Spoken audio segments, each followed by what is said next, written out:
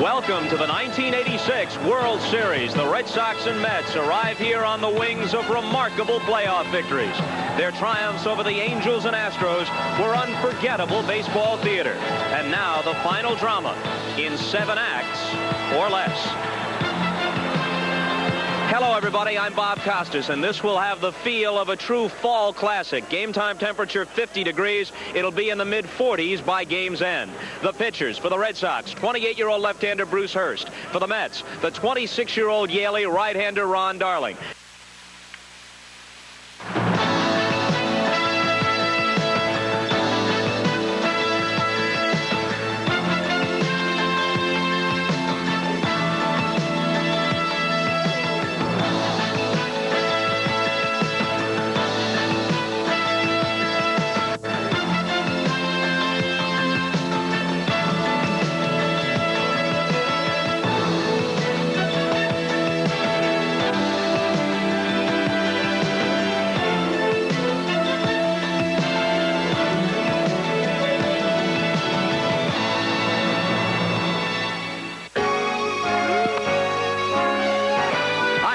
I'm Vin Scully, and welcome to the World Series. The last time the Boston Red Sox and the New York Mets enjoyed World Championship years, it was a good year for the country. In 1918, when the Red Sox won, we had the end of World War I. And, of course, in 1969, the year of the amazing Mets, we put a man on the moon. They've also gone through the fires of the League Championship Series. They each can sing a litany of frustration over past defeats. Well, hi once again, everybody. Welcome to Shea Stadium in New York. The first thing we talk about, the Mets, and they take the field before their adoring fans.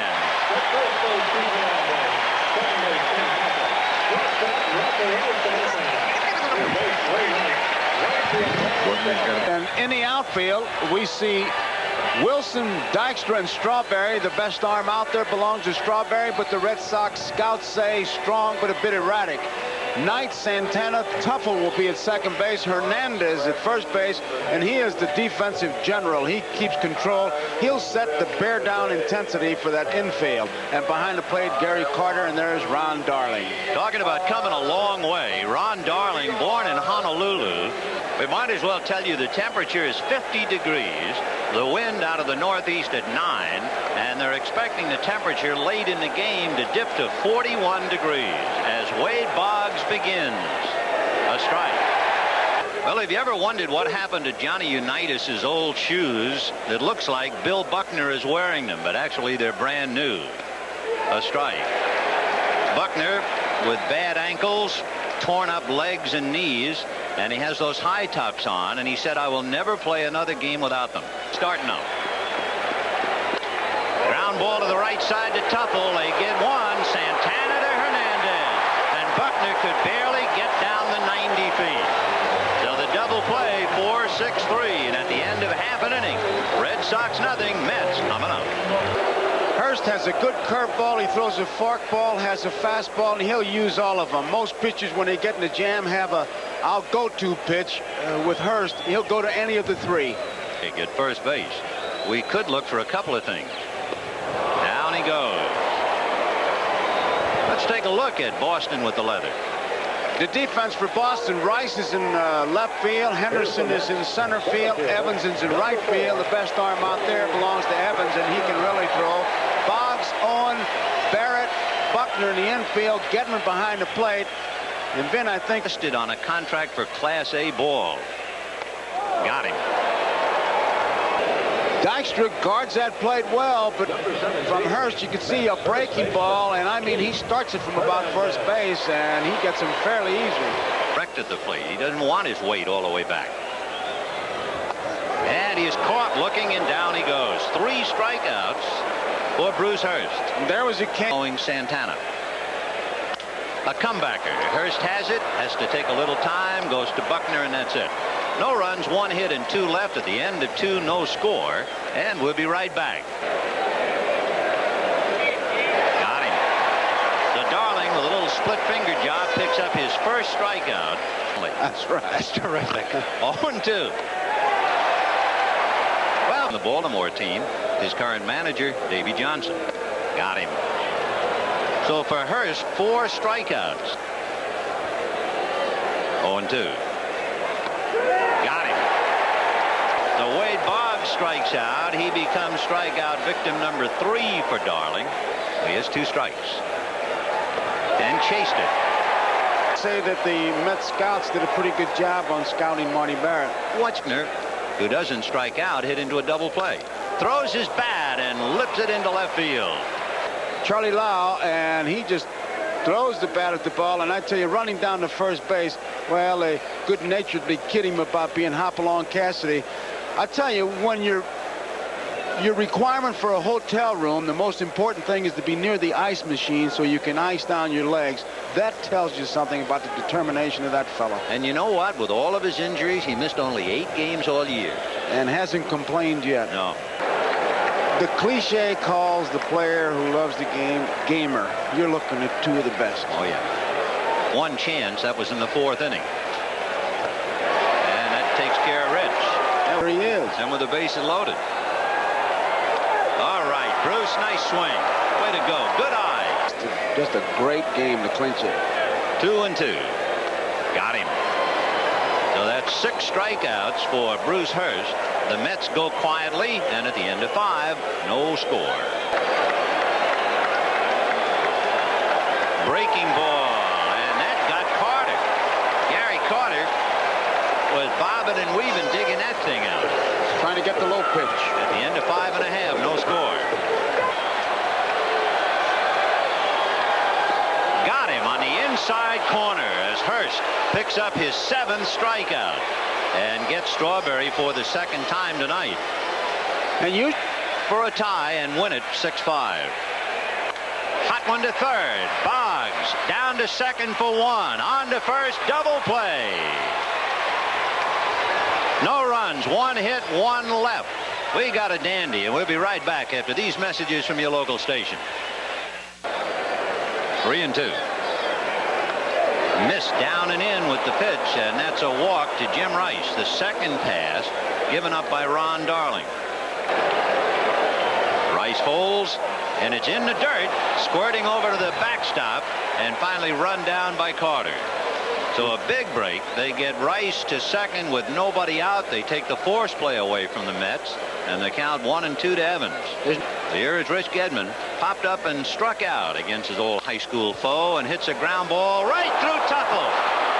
Here comes Rice around third to throw by Strawberry. He's in there. Down to second goes Gedman. And Tupple was fooled by the bounce. He's down there, just didn't come up. We talked about the possibility of the bad hops, and he was there in front of it. And the throw, it misses the cutoff man. That cost him a base, and the man who showed real disgust was Hernandez, the cutoff man. Because now 1 out, double play is not in order. Man, Hurst going to hit one over his head. See you later, Bruce. However, a big run on a couple of walks and Tim Tuffle's error. And at the end of 6 1/2, Sox 1, Mets nothing. going down. Little roller to that hole because Boggs was on the line, and there you have it. And he got it down. Hurst has to go to first. Covering is Marty Barrett. And on the sacrifice, Backman, potential tying run at second base. And coming up, Kevin Mitchell. 1-2 to Kevin Mitchell. Backman the tying run at second, 1 out. Got him on the inside corner. And Kevin Mitchell, caught looking, becomes strikeout number 8 for Bruce Hurst, who is pitching a dandy. 3 tonight. Backman the tying run at second. Ground ball smothered by Boggs. On his feet, throws him out. Fine play by Wade. He was able to move and get the one that he couldn't get on Tuffle. And the tying run is left at second, and it's 1-0 Sox. Here's the big play of the game so far. Boggs guarding the line, gets a good jump. Down on his knees, makes the long throw. It's almost like Boggs is saying, well, if I'm not going to get any hits, nobody else is going to get any. He set himself, and down he goes into webbing. That's the key play so far. Got the power guys up. They're trying to hit that outside part of the plate.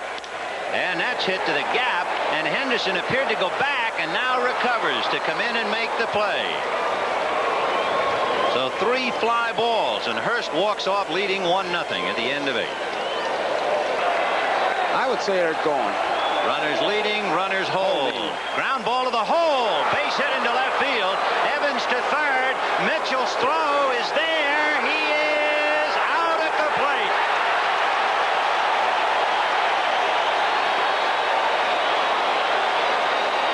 Ball is a base hit between Knight and his shortstop, and Mitchell all the way on the fly. Watch Carter. He's got plenty of time, and he forces Evans to slide to the inside. And Evans never does get to the home plate. He forced him way in. It has been a long time here at Shea to see the Mets shut out, and the Red Sox are 3 outs away from doing it in Game 1 of the World Series. The Mets, thoroughly stifled by Astro pitching, got away with it as they were, in a word, scot-free for the final game. Now they get the battle cry, wake up. They're going to have to wake up against a former Met, Calvin Schiraldi, out of Houston, Texas. He was a teammate of Roger Clemens and Spike Owen at the University of Texas. He has a great fastball, an excellent control, a good forkball. In the words of Don Baylor, Calvin Schiraldi could be the next Goose Gossage. Well, we'll see.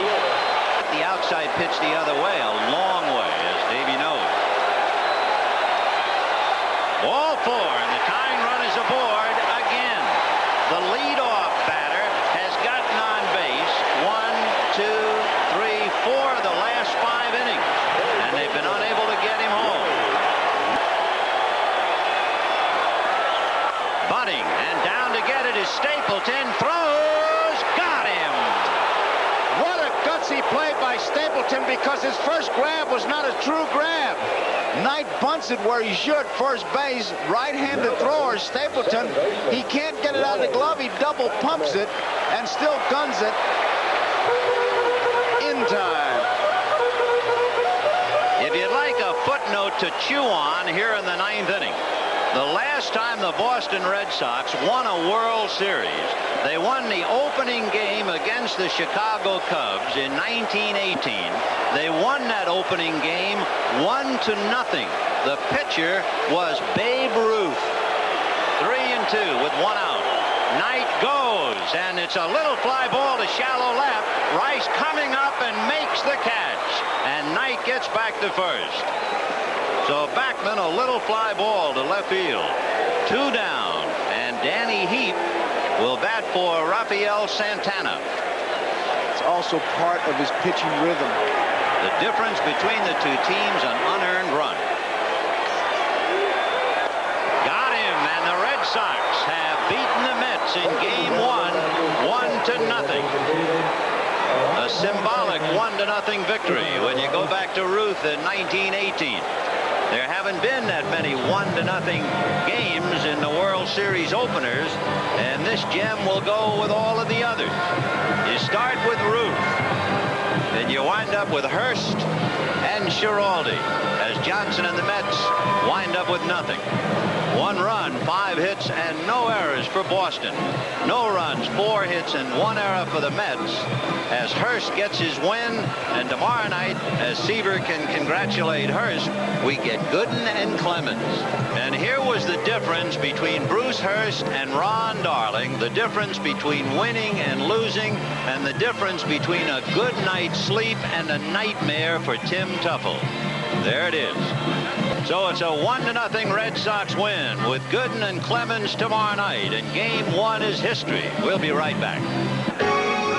The pitching matchup baseball fans have speculated about and hoped for all season long has arrived. It's Gooden versus Clemens in Game 2 from Shea Stadium. Now to that pitching matchup. A year ago, Dwight Gooden, the Cy Young Award winner in the National League, 24-4, incredible ERA of 1.53. This year, bound for a certain Cy Young Award in the American League, Roger Clemens matches that 24-4 mark for the Red Sox, though his ERA was almost a run higher in a designated hitter league. Gooden slipped a little bit this year, but still one of the game's most formidable pitchers at 17-6. And this confrontation has baseball fans reaching back to the memory bank for great confrontations of the past. Difficult moment for Teufel, but he made no excuses. It's a hitter's nightmare, and especially during the World Series, and it was something I wish didn't happen. But I missed the ball and went through my wickets, and the game is basically that was it. We didn't score many runs, and that was a deciding factor. And I feel real bad for Ron because he pitched a heck of a game for us. Talking with Met players after the game last night, they said, sure, the error by Tim Teufel hurt, but when you don't hit, you don't deserve to win. And the Mets simply have not hit. During their victorious playoff series against the Astros, they set a playoff low with a batting average of 189. They struck out 57 times. That averages out to slightly more than 9 per game. This from the team that hit a solid 263 during the regular season, the best team average in the National League. But the Mets could not solve Houston pitching. And then following their problems against the Astros, they managed only 4 hits last night against Bruce Hurst and Calvin Schiraldi. I talked about the Met offensive breakdown with their hitting instructor, Bill Robinson. How do you explain a collective team batting slump? Marv, there's really not a whole heck of a lot of an explanation. The only thing I tell the guys is, number one, don't feel sorry for yourself and hustle your way out of it. That's the only way that I was taught, and this is what I tell them. When you're not hitting the ball, nobody loves you but your mother. But these guys won 112 ball games. They didn't hit the ball well yesterday. They haven't hit the ball well in the playoffs, but we're in the World Series right now. I guess you could spend about an hour talking about Dwight Gooden. There are a couple of things to talk about. His career high in strikeouts, 16 in a game. He's done that 3 times. Not the same, but similar. 0-1. Ground ball to the right side, plugging the hole up with a nice reach is Backman in the dirt, and they got him anyway. That was a slow curveball that Wade Boggs was able to pull, and Backman, you see him break to his right. He was breaking towards the middle. It takes a big hop. He's off balance, but Hernandez with that magic glove makes the play. The interesting thing about this 24-game winner, Roger Clemens, people are talking about the fact this will be the 3rd straight time he is working on 3 days rest. However, if you look at the number of pitches expended in his previous 2 times, why, he has lowered them each time. The last game he pitched, he only made 93 pitches. That's a strike. Kid they call Niels. 0-2. Got him. And so Roger Clemens announces his presence at Shea Stadium as he strikes out Lenny Dykstra. Remember, Clemens dazzled the baseball world when he struck out 20 Seattle Mariners without walking a hitter and lost a hit on a good play by Backman. And he goes. Shortstop covers the throw down. They got him, and easily. Spike Owen opened up the left side, and Rick Gedman does it again. 3-2 to Jim Rice. Bad swing on a bad ball, and he's mad at himself. Remember, he's got a big strike zone there. Strawberry 6-6. Got him, and it continues. For Darryl Strawberry, he has to be worrying now and pressing. And that's the 15th time he has struck out. And he's muttering to himself. And it's just a pure, hard fastball. And I mean, he cuts it loose right down the center of the plate and just overpowers it. 3-2. Got him. And that is strikeout number 3 for Roger. And at the end of 2, no score. We'll be right back after these messages from your local station. Well, looks like the fastball, 3-2. There it is for ball 4. That is the second walk. He was not a big man on campus with the bat. Got the bunt down, but there's Hernandez. A one-hopper to Santana that gets away. A bad throw by Hernandez, and he didn't have to hurry it that much. And now now the Red Sox are in business, first and second, and nobody out. He really has to be upset with himself. That's such an easy play for a left-handed first baseman. There was no reason to jump in the air and throw, and now you can see his reaction to a bad play on his part.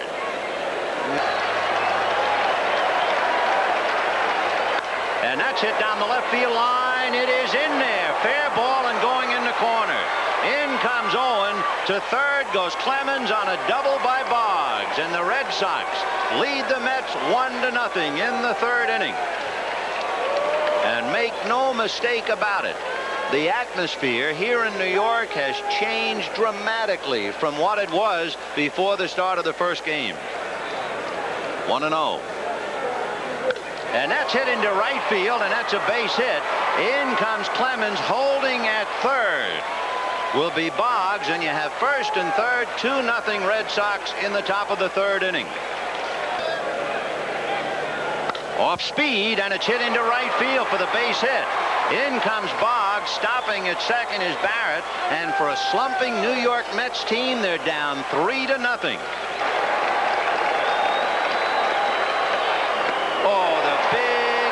Charlie, or as they say with Dwight Gooden when they talk about the curve, Lord Charles. But it's 3-0 Red Sox. If you are a bunter, you would much rather bunt on a breaking ball, and here you got a guy with high heat. He doesn't figure to get many chances to lay him down. It's going to be tough. We mentioned especially with ground ball up the middle, base hit.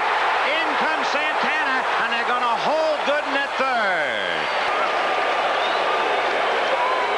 Fastball hit off the leg of Clemens. Over to get it is Boggs. Off balance throw, got him.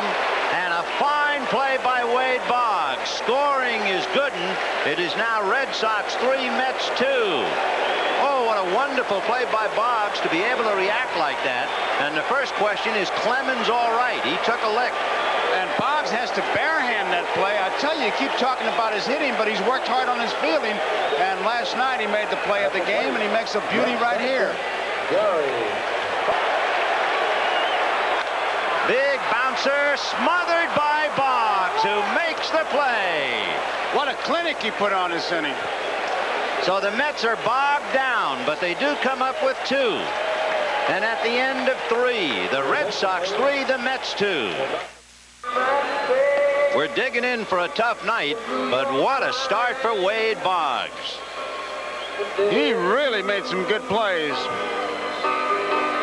There's a play off Carter. It's one thing to dive and not get that ball jarred loose, and then have enough presence of mind to get up and gun it over there, which he did many times. Riffle through the pages of baseball history, and there have been some magnificent matchups. A towering smash into left center. Dykstra to the track, at the wall, gone. Hendu hits it out, and the Red Sox lead the Mets 4-2. And look at that fan holding onto his head. And there's nothing that'll deflate a ball club and pick up your own club more than what just happened here. The Mets came back, and momentum is going with them, and now the first batter comes up. He says, hey, forget that momentum. I'm going to take it back, and he hits the home run, and you can see it on that Red Sox bench. Still bounce one up to him. Not when you got that fastball, and there's a base hit for Rice, a fastball hitter into left field. So that means the Sox got the leadoff man aboard in the third. They got a home run in the fourth, and they get a base hit to open up the fifth. And there's a drive into deep left field. Heap just watches this one, and it's going to go on the pavilion top, on the roof. And Dwight Gooden is not good enough tonight. It is 6-2 Boston in the fifth inning. And oh, did Dewey whack that one. When you hit a ball that hard, that far, you're going up there looking for it, and I'm sure what dictated that looking for the fastball is what he did to Rice. We were all up there looking for the curveball, then he never threw it, and Dewey says, well, he must be having great confidence in his fastball. I'll look for it and jump on it, and he really does. And you know what you have to think of as you watch Dwight Evans going around the bases, Davey Johnson saying, why did I let Gooden bat? And for the New York Mets. There's the curve, and that takes care of Gedman, but it's a little too late for that. Those jackets that you see the highway guys that work out there, you know, I'm over here, Dwight. Dwight stung by home runs, most he has ever given up in a game 2, and he's done that tonight. And he takes care of Henderson. That's 5 strikeouts, but right now that's just window dressing, and the batter is Spike Owen 5 times. So he's changed. 2-2. Curveball. So down goes Spike Owen, and that's the quietest striking out the side job you'll ever see as the Sox go back to work, and they're leading 6-2. Bottom of the 5th inning. Fastball hit in the air to right center. Evans trying to run it down and slides and came up with it. He was afraid of a collision, but what a play he made. And they're going to have a little visit out there in right center field. It looks like it's over his head, and Dewey. Second baseman, Wally. He didn't see that ball. Look at the way he kind of shied away from that. Tremendous catch.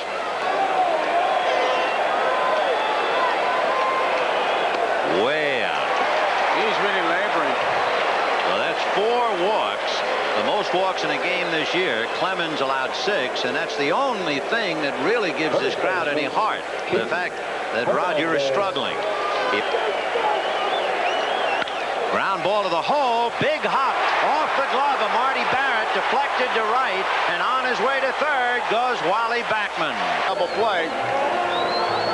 John McNamara has not taken the ball, as you can see from Clemens. So leading by 4 runs. Let's see what he does. Yep. So Steve Crawford will be loosening up and now coming in. It is 6-2 Red Sox.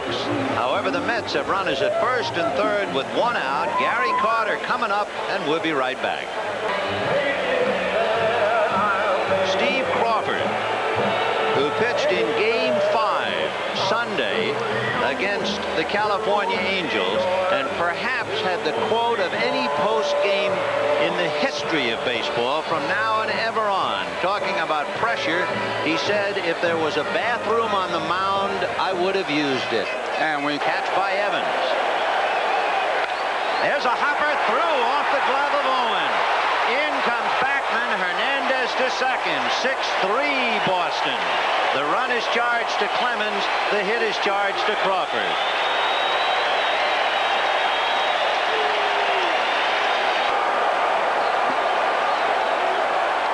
Strike 3 call. That means that young Strawberry has struck out 16 times in postseason play, twice in each game. There they go. Ground ball to Marty Barrett. Easy play, but he had to wait for Buckner, who hobbled to the bag in time, and the Mets settle for 1, but it's Dwight Evans' play in the 5th and the arm of Steve Crawford that kept the Mets away. Meanwhile, the Mets make a 2-for-1 switch. Since Danny Heap made the last out, Rick Aguilera comes in and will bat in Danny Heap's spot. Anybody. There they are. They have given baseball fans throughout the country great memories all year, but they walk off the stage tonight leaving a lot. Clemens not involved in the decision. Gooden could only lose. It's remarkable. Last year, in a storybook year anyway, Kansas City lost the first 2 at home and then came back to win, but boy, that is a tough mountain to climb. There it is. 1-2. Got him, and down goes Mookie, and Hope sinks some more at Shea. At the end of 6, a dazzling Red Sox show, and they lead 6-3. We'll be right back. Have 8 hits, and that's going to be number 9. And for Jim Rice, his 2nd hit. And once again, the Sox get the leadoff man on base. And we'll see about the 0-2 pitch. It's Loop back a second into shallow center. It's going to fall for a hit. Coming to third is Rice. The ball is bobbled in center, but they're still going to hold him. And the bases are loaded with nobody out. And Carter is still annoyed and upset with Aguilera. He shook his head and patted him, although that time maybe he was just consoling him over the blooper. They made a good pitch.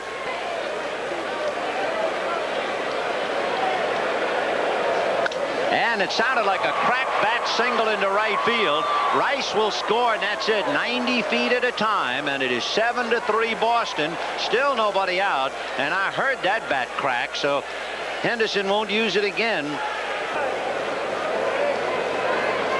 Nobody out.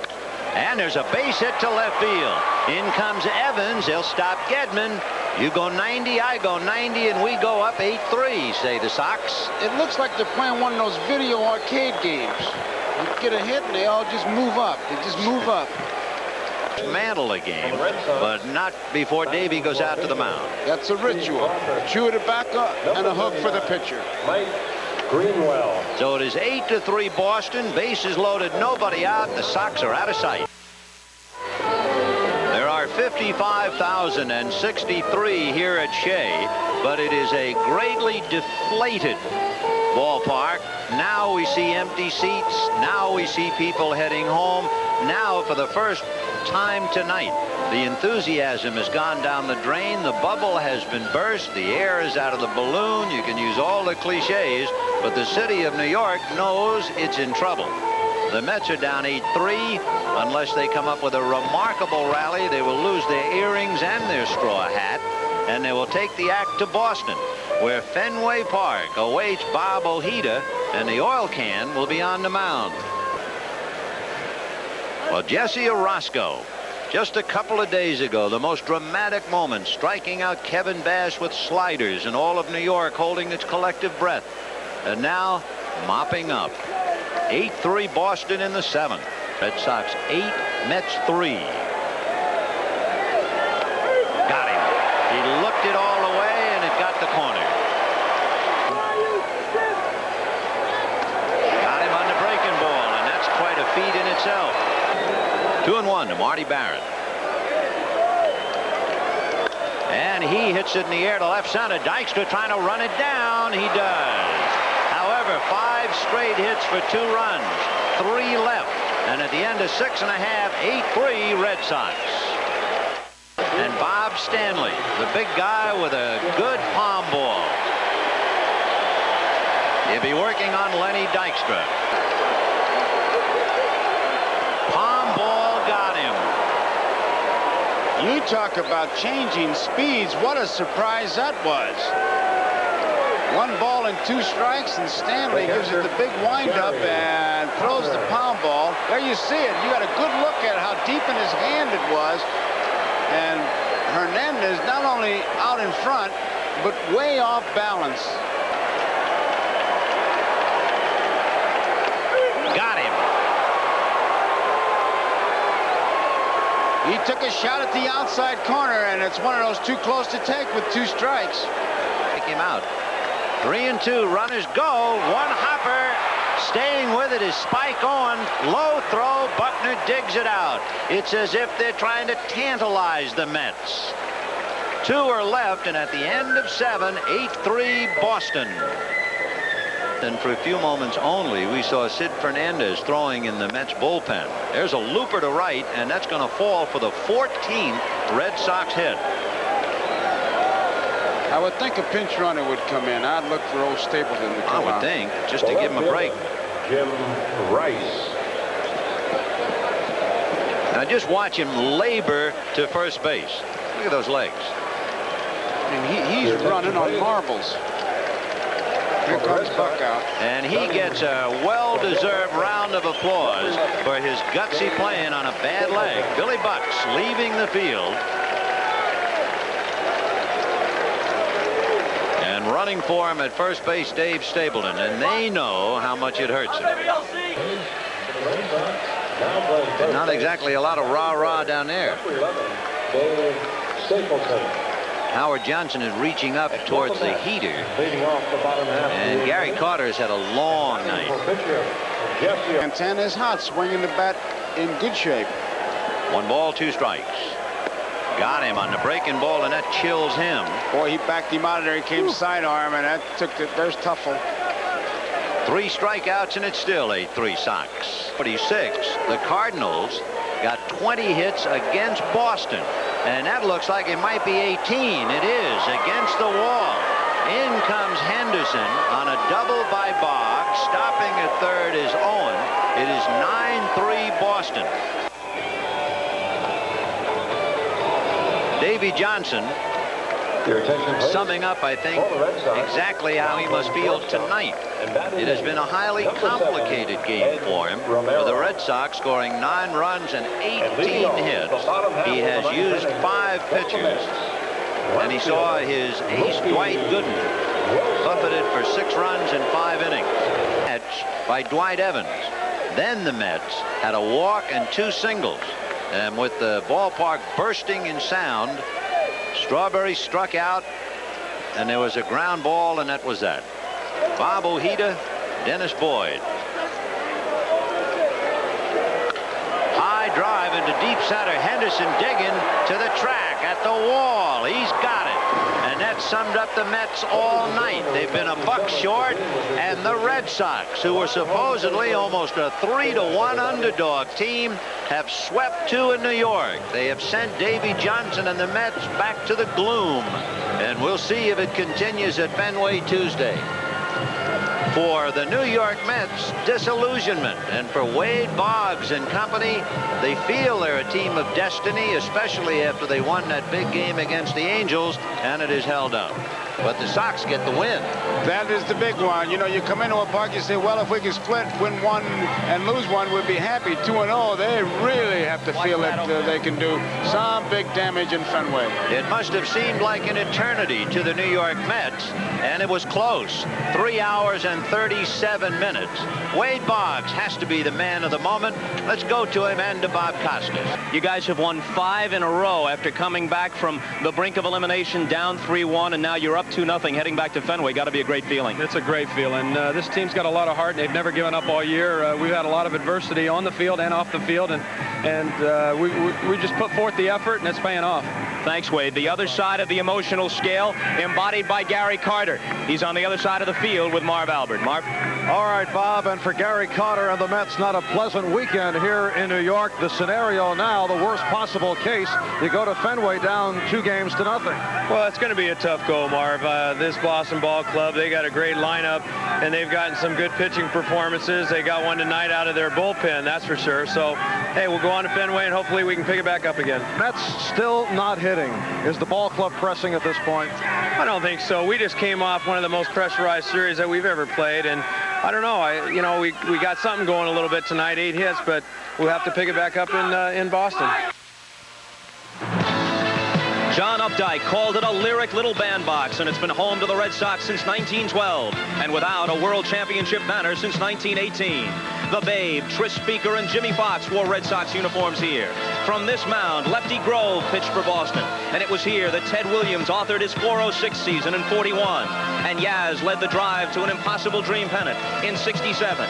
Here, 11 years ago tonight, Carlton Fisk's home run beat Cincinnati, and then 3 years later, a day of decision homer by Bucky Dent broke hearts all over New England. This is Fenway Park, and this is Game 3 of the 1986 World Series. Gedman behind the plate and Oil Can Boyd on the mound. Dennis Boyd, the oil can, 16-10. He was 9-6 here at Fenway Park during the year. And as you probably know, if you followed the game at all, extremely high strung. In fact, they tell us that John McNamara even has a signal from the bench telling the can to cool it. He didn't throw as hard this year as he did last year. The key to his success is if he keeps the ball down, and among other things, with a good straight change and a curve. He also has a screwball, but it wouldn't really be called so much of a screwball as, let's say, he turns over the change. He's got 6 pitches, really, Ben. 80 pitches because he couldn't see the signs, misinterpreted them. However, I guess that's another good way of keeping the hitters loose. And the catcher, and the umpire, and the everybody vendors. in the park. Well, here's Lenny Dykstra, followed by Wally Backman and then Keith Hernandez. And here we go. Wade Boggs playing up inside the bag on the edge of the grass. And the can is ready.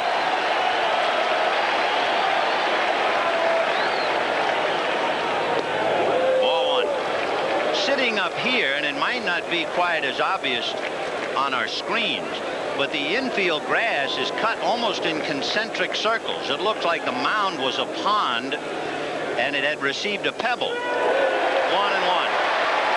There you can see some of the tracks. Whether that will influence a ball or not remains to be seen.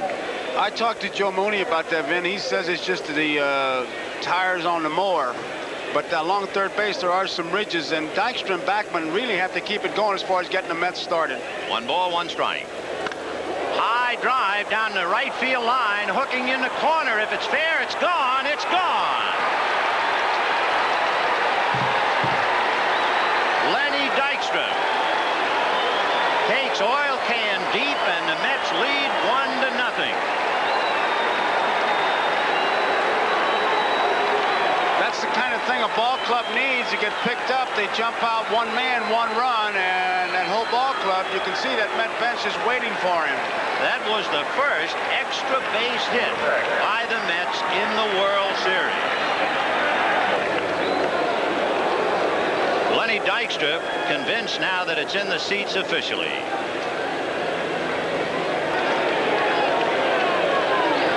And there's a line drive base hit into right field. Sounded like the bat cracked at least. It didn't break, but Backman singles, and the batter now will be Keith Hernandez. Come towards the plate. And that's hit up the alley in left center. Going over to cut it off is Rice. Backman is not stopping, and he goes to third. And the Mets are in business, first and third, and nobody out, with Carter, Strawberry, and Knight coming up. 0-1. And he hammers it to left center, and that's going for a base hit into the wall. Backman will score.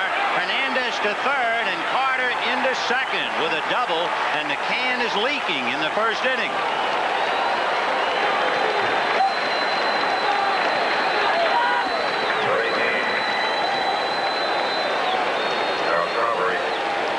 So Gary Carter, on a team that did not have an extra base hit in the first 2 games, they produce a home run and a double in the first inning. And now, with first base open, Darryl Strawberry will be the batter. Got him again. Darryl Strawberry for the 17th time. And the can gets an out. He has struck out 5 times in the series. 0-1. Ground ball wide to third. Boggs has a play at the plate. They've got Hernandez and Carter, and Boggs will throw to third, and they'll now go after Carter. Owen now looks at third. He's going to lose the play. Everybody's safe. Oh, did they mess it up? I think that Gedman was the key to that play. There were 2 men at third base. Carter and Hernandez were going back, and Gedman gave the ball to Boggs, and Boggs realized 2 men were on. You'll watch it here. Now Boggs makes the play, sizes it up perfectly. Now they've got him hung up. Now Gedman hasn't hung up. Hernandez going back. He just runs him back. He's all right because Carter was right there. You can see that Owen starts to chase him back. And here's where they lose it. Right now you ask for the salt and pepper and take a bite out of it. Knight all out on the line. And there's a line drive base hit. That was an expensive mess up by the Red Sox. Carter will score with Hernandez. It is 4-0 New York. So Danny Heap, the designated hitter, lines to center to drive in 2, and the Mets have gotten the drop on the Red Sox. It's pretty obvious that even though they didn't work out yesterday and they thought the rest were doing good, the Mets would come out really charging.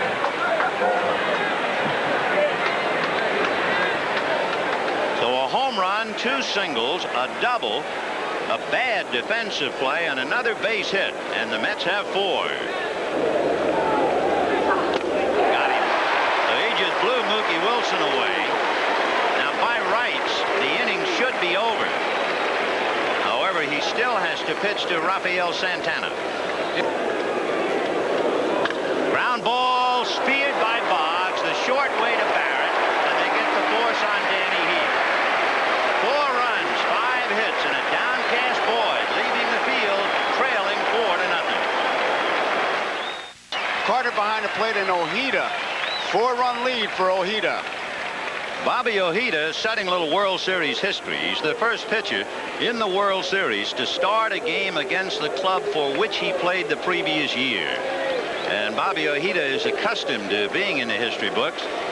He was the winning pitcher in the longest professional baseball game ever played. We'll see if it's a long or short night for him. Importance, fastball, and change. 1 ball and no strikes. Bouncer and a comebacker. And Ojeda just lobs it to Hernandez. 1 away. 4-7 at Fenway last year.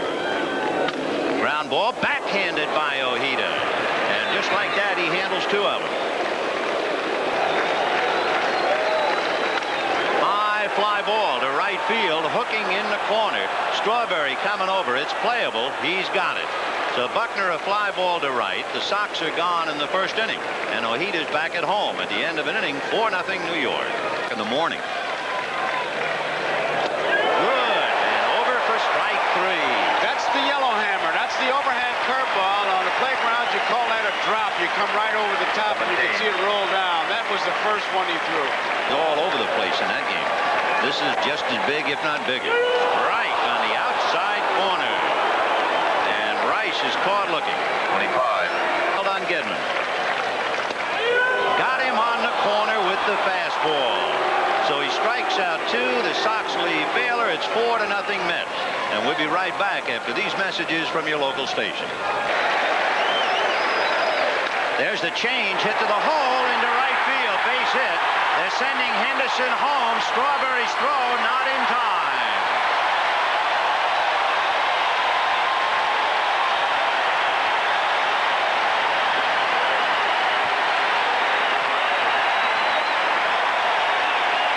See Johnson talking just strictly to Ojeda and just checking to settle him down. Who flied to right field in the first inning. And got him on a pitch up. And that might even have been out of the strike zone. It was borderline, and Buckner angry at himself. There's a fellow who doesn't strike out and just did. That's the 3rd strikeout for Ojeda. And the batter is Jim Rice. Get him even in a hurry. Fastball hit and short hop by Santana. Feeds Backman and they're out of the jam. 2 hits and a walk, a run in and 2 left. And at the end of 3, 4-1 New York. Little ground ball to 3rd, trying to time at his box. Santana runs pretty well, but Bob shoots him down anyway. 11 in a row, retired by All-Can Boyd. At the end of 3 1/2, 4-1 New York. Another one. You talk about trying to defuse a bomb. That's what Bobby Ojeda does. He stands out there and throws change after change. If he makes a mistake, he gets killed. Instead, he picks up his 4th strikeout. Fastball hit to the right side, smothered by Backman, who throws him out. That's strictly go in the dirt and get it. Part of it. Here's Darryl Strawberry. Talk about disappointed, and he lifts a fly ball into left center, and Dave Henderson is there. 1 away. 1-2. And he gave him the changeup, and Dewey is way out in front of it. Boy, that is something. That's 5 strikeouts for Bobby Ojeda. Curveball got him looking. Gedman doesn't believe it, but it got him. And it is 4-1 Mets at the end of 6. We'll be right back after these messages from your local station. Taking the pitch and give Ojeda credit, curveball, and of course Gedman, that ball was outside. And down. And then he winds up saying fertilizer. Major at Jackson State. Up the middle for a base hit on an 0-2 pitch. So a 1-out single to center by Santana. And it'll bring up Len Dykstra. And he whacks it into right field. Base hit. Santana to second. Evans with the good arm. And Santana will not test him. 4 walks. You don't figure he'd chase a bad one. And he won't, and walks to load him up. So Gary Carter will come up with the bases loaded. 2 out in the 7th inning. 0-2. Line drive base hit into left field. Santana will score. Right back of him is Dykstra. The throw, he's in there, gets away from Gedman, and there are two Mets near second base. The throw to second, back to Buckner, and a one-legged first baseman chasing Carter, and the tag will be made at last at second base. So the Mets run themselves out of an inning, but not before they deposit two more. And at the end of 6.5 innings, the Mets 6, the Red Sox 1. Oil Can walks off downcast and disgusted. That last play went 7-2, 4-3-6. Well, he really has no one to blame but himself. The best pitch that Carter had to hit was the two-strike pitch. He had a two-strike count and gave a base hit away, and then the big clutch hit to Carter. And it's a one-hopper flag by Backman. Goes to Santana, back to Hernandez. What a double play. Oh, what a picture book double play. Backman, Santana, Hernandez taking what looked like a sure base hit away from Spike Owen. Ball is well hit. Backman comes up with it, finds his man even though he's off balance, and Santana didn't wait that time. He knew who was running, and he makes a tremendous pivot. 34-year-old Joe Sambito, born in Brooklyn, New York, but raised in the Houston organization. Sambito is greeted with a line drive base hit to center. So Darryl Strawberry leads off with the base hit. That'll bring up Ray Knight. Ground ball inside third and down the line into the corner. So Strawberry scores easily. Knight into second base and holding. So the Mets' #1 hitter against left-hand pitching doubles into the corner and gives the Mets a very comfortable 7-1 lead. And all of a sudden, Fenway Park sounds like Shea Stadium. John McNamara, talking about walking, is on his way to the mound. Up out there, and it's the whole raft of pinch hitters coming out. And he wants it. Roger McDowell will now try and pick up the loose ends and tie it up for Bobby Ojeda in the 8th inning. 7-1 New York. A hopper to second base. Backman cranks it up. And let's put it this way tonight. The wall, the green monster, did not figure in the game at all as the Mets beat the Red Sox 7-1. We'll be back after this. Ladies and gentlemen, the Red Sox and the News for the Tonight Show starring Johnny Carson, except on the West Coast and most Mountain Time Zone stations where it will be seen at its regular time. So the Mets are still alive. 2-1 the series in favor of the Red Sox. Ron Darling, a Massachusetts boy, against Al Nipper, who's from San Diego. I think we're seeing the two ball clubs now. We'll see them tomorrow night. Play the way they played to get here. Bob Ojeda said it. They came out of the chute, picked them up, and now we got a series. I think the emotion that was spent in the league championship series, then the almost casual attitude during the layoff time, now the series is underway. Hi, everybody. I'm Vin Scully. Welcome to Game 4, which should bear the label, The Gamble of John McNamara. You have to go back in the record books to 1947, 7th game of the World Series, to find a starting pitcher with a higher earned run average than Al Nipper. That was Hal Gregg of the Dodgers, who was KO'd in the 4th inning. The Yankees won the game 5-2, and they won the World Series. However, McNamara's gamble is well thought out. It gives Bruce Hurst and Roger Clemens an extra day's rest. It also means the Mets will not have to see Bruce Hurst twice more in the series. It means that Roger Clemens will not pitch at Fenway Park in the World Series. And it also means if it goes 7 games, the ball will be in the volatile hands of Oil Can Boy. However, John McNamara is ahead in the series. He's playing with house money, and he's able to gamble and gamble with the odds. So if you're going to keep score rather than throw the lineup at you, we'll go very slowly. Al Nipper on the mound. He was 10-12 during the regular year, and he'll be pitching to Len Dykstra. That brings a full bag of tricks. A fastball. He has a curveball, a slider, a knuckleball, and a screwball. Got him on the outside corner. No runs, no hits, a man left. And open inning. Mets nothing, and the Red Sox coming up.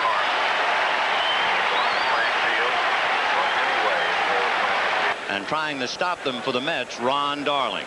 Darling, you remember, lost the heartbreaker on an run, and he went 7 innings and lost 1-0. No balls, 1 strike. First inning, no score. Another fastball, a comebacker. And Darling takes care of Bard. So back-to-back fastballs to take care of the Major League's best hitter. Just a couple. And that's hit into left center, and there's nobody there. Barrett on his way to second base, and he's in there with a double.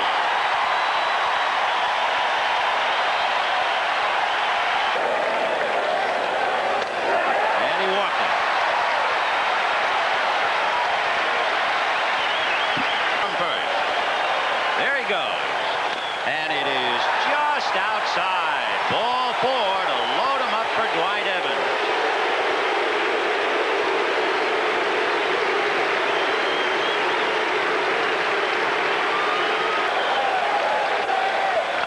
Little ground ball down to Santana. He shovels to Backman, and the inning is over, and the Red Sox come up empty. No runs, 1 hit, 3 left, and the boy from Millbury is off the hook. 1-1. Big chopper to Buckner. He goes down to Owen. Back to Buckner. Double play. 3-6-3. And the Mets are erased in the top of the second inning.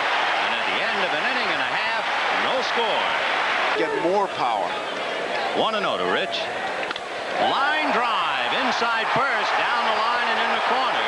Strawberry playing the carom deep, and Geddes into second base, standing with a double. And a cluster of balloons suddenly appears with the sign "Go Sox," and that'll hang over the infield for a while. Hopefully we'll just have to wait a while. Hopefully it'll come straight down like it is. Standing ovation for balloons. How do you like that? This is prime time.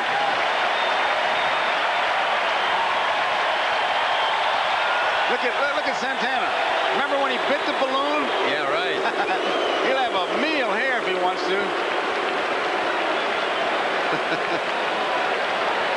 And in the old days, around the world on a Western Union telegraph, a time called balloons. Yeah. And his responsibility to bird dog a little bit at the runner. And Henderson strikes out.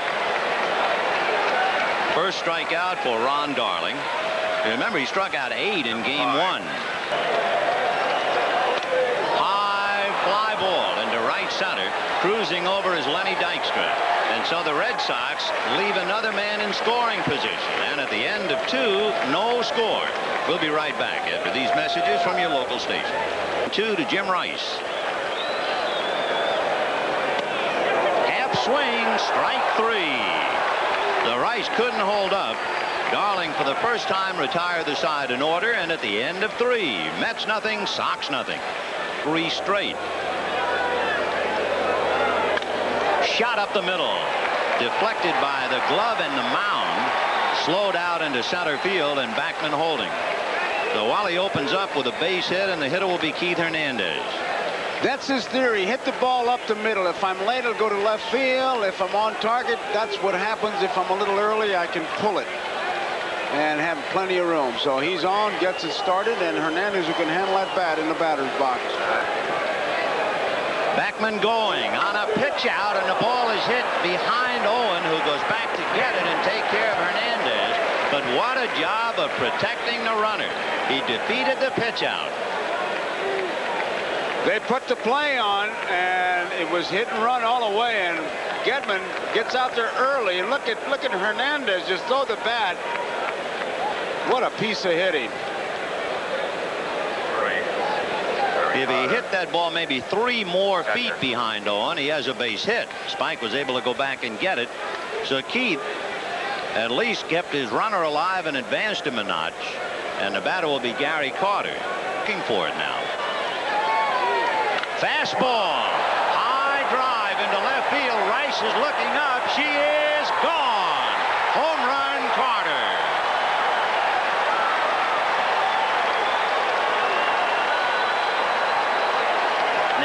the art of hitting. He says to himself, the pitcher struck me out on a curve. Is he going to come back with the curve? And Nipper thinks he's probably looking curve. I'll give him a fastball. Well, that could be.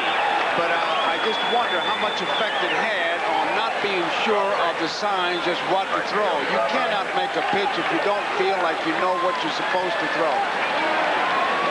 So Gary Carter hits it out. Here's Strawberry. He goes the other way with that outside pitch, and this time it pays off. By the time Rice plays it off the wall, Darrell is to second base with a double, so he's learned. Remember, in the second inning, he tried to pull the outside pitch and rolled it to Barrett. This time he went with it. It's a home run by Gary Carter. First pitch fastball. Just a perfect monster. You can see it. Yes, up there. 22. Down she goes. Very nice. Fastball. So 2-0 in favor of the Mets on that towering home run by Carter, who is now hit in 6 straight games. And the batter is Ray Knight. And line drive to center, base hit. Henderson is charging. Strawberry being waved. The throw cut off by Buckner. So Strawberry is in. It's 3-0 Mets, and Ray Knight holding at first base. So Knight is 2 for 2 with an RBI and puts it away. But it's Gary Carter's inning. That fastball he hit into the screen gives the Mets 2. They add another, and they lead 3-0 at the end of 3.5. It's a low fastball, but watch as the weight shifts. Now both hands are on the bat, which is in contrast. There you see it, in contrast to what Rich Gedman talks about. His style is to get that top hand off so he can get more power, and there you see it landing in that net. So it really makes no difference. And down goes Bailey. Off-speed pitches. Stayed away from the fastball, just took something off. That's the 3rd strikeout for Ron Darling, who had a high of 8, you remember, in the first game. Just swung over it. Took something off the curveball. It should also be noted now that Darling, after a very rocky start, has retired the last 7 in a row. High pop fly into shallow left. Out goes Santana, but there's Mookie. Some trouble with it. The breeze is blowing out when you look at the flag in center field, and evidently it almost took that fly ball away. 2-2 on the hands. A little pop fly to Ray Knight, and the Sox are rung out in the 4th. 1, 2, 3, 9 in a row retired by Darling. 3-0 New York. We'll be back after these messages. 1-2 off speed. Golf missed it. That's the 2nd strikeout for Nipper. The other one was called. Remember when he... Fastball, and it's hit to Buckner. And he's deep, but he can do it himself. So the Mets leave Backman at second base. And at the end of 4.5 innings, the Mets 3 and the Red Sox nothing. Fastball got him looking. So he was looking for the pitch that he had struck out on, the curveball, and he was left gazing at the Express. And there he goes. Fastball hit up the middle. Base hit, and Owen is on his way to third without a play. So the walk to Spike Owen has been a big play in the inning. And with 2 down, here comes Bill Buckner representing the tying run. Little pop fly, and it'll be Wally Backman to put it away, and Darling has dodged a bullet in the 5th. No runs, 1 hit, 2 left. The Sox have left 6, and at the end of 5, 3-0 New York. 2-2. Little pop fly back at first. Tough play for Buckner on the bad leg, and it's going to land. And Carter's going to leg it for 2 as Evan has to throw the ball back in. And Gary's in there with a fist double to right field. And he follows that ball all the way. Take a look at his eyes. Now they'll open up when that ball gets close. Look at that. Like somebody put a quarter in his nose. Look at those eyes open up. Good hitters do that. A modest thing and thine own. A little blooper the other way. In the box score, it's a double. And the batter will be Darryl Strawberry. ball into deep right field. Evans going back on the track at the pen wall to make the catch. Tagging up is Carter and goes to third. And if Evans doesn't get there, that's in the bullpen. So Strawberry makes out, but he does get his man over to third as he barely misses the home run. And of course, Evans probably hearing familiar words from teammates. Plenty of room. Fastball, whack to left. Rice handles it, and Carter is going to come anyway. The throw, he is out at the plate. He broke back to third base, and Rice was able to play shallow and make that play.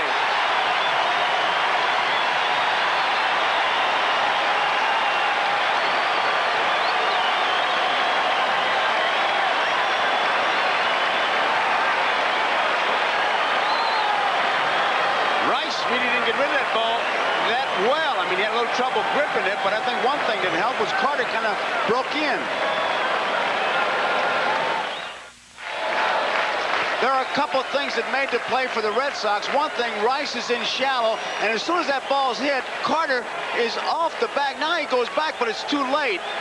And Rice, playing shallow, gets off a throw all the way on a fly to Gedman, and Gedman forces Carter to slide in. He's almost closer to first base than he is to plate. Now he tries to tag it, but it's too late. I can't believe he would try to come in on a line drive to shallow left field. He got him with off-speed pitches. Backman is doing his walk behind second base. High fly ball down the left field line. Mookie in the corner. He's got it. Fine play by Mookie in the left field corner. There's that swirling wind they talk about, and Mookie, a big smile on his face. He got there, and you could just see that ball kind of be taken away from him. Now, he doesn't have a whole lot of room when he gets near that wall. You saw him look for it, and he found it. He's so close. Now watch it kind of drift away from him. Tell you one thing, it looks like Mookie's having himself a ball, and he might very well enjoy it, because when you think about it, in the blink of an eye, as far as a man's life is concerned, from the World Series to an old-timers game, it's just around the corner, and he's having fun. Improvising, as always. Getty doubled and popped up, 1 for 2. Fastball hit down the left field line. That's going to be against the wall. Mookie plays the bounce. Into third goes Evans. A throw to second, and they got Gedman. And both catchers have run themselves out of an inning. Where Gedman was going, they shot him down. No runs, 1 hit, a man left. At the end of 6, 3-0 New York. We'll be right back. What Jim Rice told us, when that ball hits from the scoreboard to the line, it's a true bounce. Mookie plays it perfectly, even though he hasn't played the wall that much, and you would think that Gedman, with a pretty good idea what happens, tries to get in the second. It's not even close, and the tying run, forget about it. Never gets to the batter's box. On the line drive by Knight and the running mistake by Carter. So the catchers have a lot in common and a chance to chat. Steve Crawford, you might remember, came in the second game, worked an inning and 2/3 and allowed just 1 hit. He's been busy. Bouncer by the mound to the left of Owen and into center field, base hit. So Mookie is 1 for 3, and that'll bring up Rafael Santana. And he's gone. The pitch is a strike. Gedman's on a bounce. It hits Mookie, and it's deflected to Spike Owen. And that saves a base. Otherwise, the ball's into center field, and Mookie is at third. Dykstra with the count, 1 ball and 1 strike. Well, that ball Gedman threw in such a hurry. High fly ball into pretty deep right field. Back goes Evans on the track at the wall. Leaps, he can't get it. Home run for Dykstra. And what a picture Evans paints in right field. He got that ball inside. He got the other one outside. He missed the strike, and he gets this one inside, and the little guy just turns on it and pumps it into the seats. Lenny Dykstra, who inspired the Mets with a first-inning home run last night. And all you really have to do is look at Dwight Evans for the whole story. It's worth more than 1,000 words. You got a glove on it. Now look. There it is. That's the picture.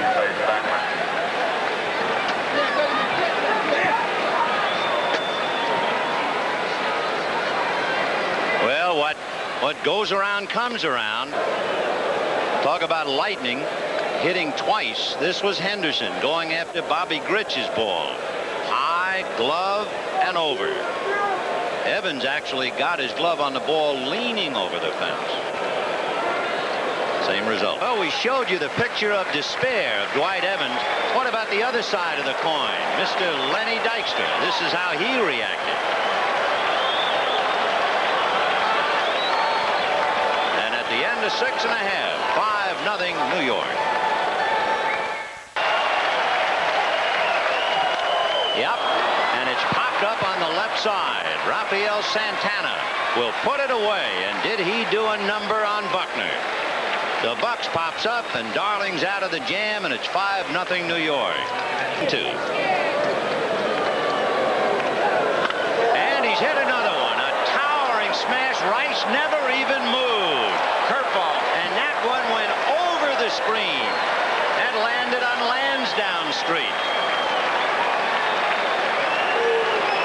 So Gary Carter's second home run tonight, and the third home run for the Mets. And it is 6-0 New York. Oh, was that big hit? Was it? Rice, it was like somebody poured concrete and made him a statue. He never even moved. It's a breaking ball. And you talk about hitting it a long way. He fouled off the fastball, the curveball, a high towering drive. No netting going to stop that. Look out, Cars. Out into the Boston night. So 6-0 New York. And Darryl Strawberry, the batter, grounded out, doubled, and flied to right. And he hits it to the hole, right by a diving Marty Barrett. So Strawberry is 2 for 4 as he singles to right. And the batter is Ray Knight. And remember the leadoff. Strawberry's going, and he tipped it off. The throw down, he is out.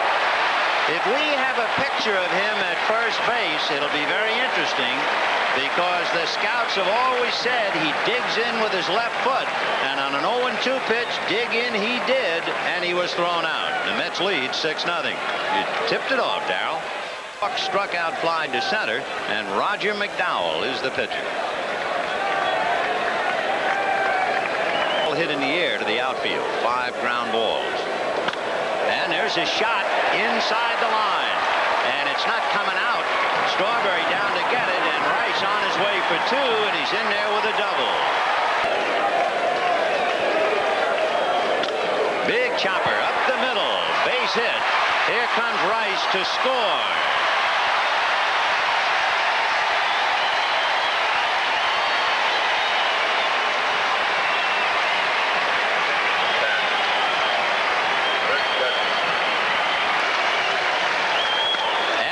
Chopper into right field. Evans around second, on his way to third, and the Sox try to come alive.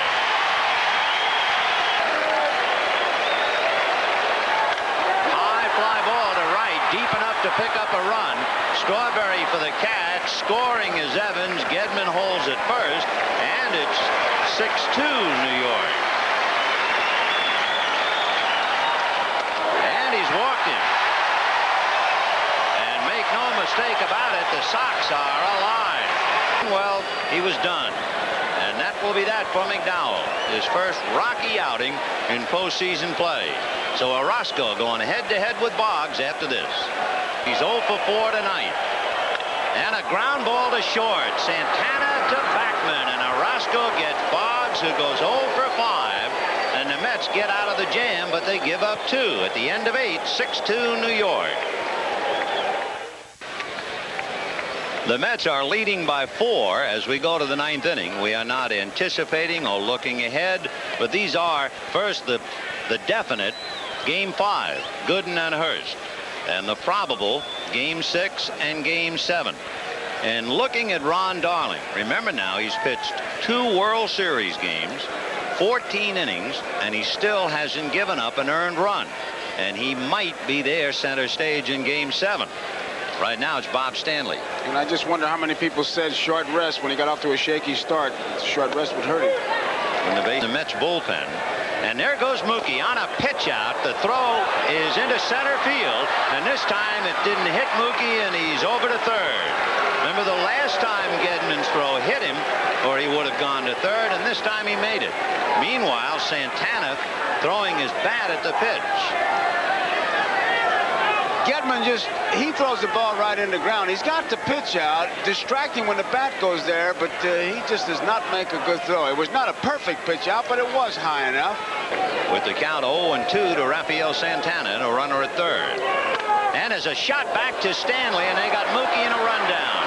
Stanley to Boggs. Boggs to Gedman. That takes care of Mookie with Santana going to second. Backman on the hands and a roller to the right side to Barrett, to Buckner, and they're out of the jam as Wilson was erased in a rundown. And at the end of 8 1/2, 6-2 New York. Darling walked 6. Roger McDowell walked 1. 3-2.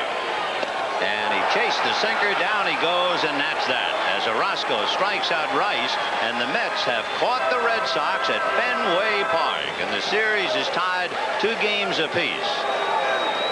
There were several outstanding contributors, and they would certainly be the pitcher Ron Darling. There was Gary Carter, who had 2 home runs and a double. Carter, Darling, and Lenny Dykstra hit the 2-run home run that broke Dwight Evans' heart, not to mention what it did to the Sox in the 7th inning. So tonight's NBC Miller Lite players of the game: Carter, Darling, and Dykstra. And Miller Lite happy to present a check for $1,000 in their names to the National Multiple Sclerosis Society. So, Joe, the Mets have done it. They came into Fenway. Everybody worried about the wall and what it would do to them. They didn't work out, and the next thing you know, they're even in the series. Well, that workout looms bigger and bigger. You mentioned it, and Davey just flat out says he didn't want all his players hearing all the negative press and what goes with it, and so he doesn't work out, and now they've tied up. It's 2 out of 3. And isn't it interesting that the wall that seemed to figure so much against the Mets turned out to be a friend, because Carter hit 2 home runs. Maybe a key play was Gedman's ball high off the left field wall, and Mookie Wilson threw him out at second base. Fenway. Till then, for Joe Garagiola, this is Vin Scully wishing you a very pleasant good evening from Boston. The kid from Florida and the left-hander from Utah. They meet tonight in Game 5 of the 1986 World Series. And the ceremonial first pitch thrown out by Ted Williams, a familiar number 9 for anyone who ever saw him. He came here to Boston in 1939, called it a career in 1960, a lifetime batting average of .344. It just wouldn't be right to have a World Series game here without seeing the kid. Oh, brother, he still looks pretty good. It was 1969 when he was named to the starting outfield of the greatest living team. Bruce Hurst, the 28-year-old left-hander from Utah, with a record of 13-8. But he had 4 shutouts here at Fenway Park, and he was 8-3 at Fenway with 7 complete games. Next circle next, he's bearing down. And that's hit into right center field, base hit, and it will roll towards the bullpen. Jim Rice allowing Henderson, and Henderson will get it back in, but it's a double for Tupple. So Tim Tupple with a long double to right center field, and that would be his 3rd hit against Bruce Hurst. 6 straight games. Fastball, he didn't get around on it. A little roll to Barrett, and Marty gets him.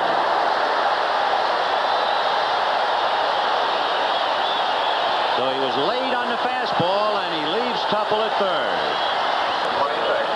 Dwight Gooden, 21 years old. And Davy Johnson said, you have to protect these young arms, but I don't mind pitching him on 3 days rest, because in his previous outing, in 5 innings, he made 90 pitches. So they thought they could bring him back tonight. Very high. 1 ball, no strikes. And he's got him back. Yep, he picked him off.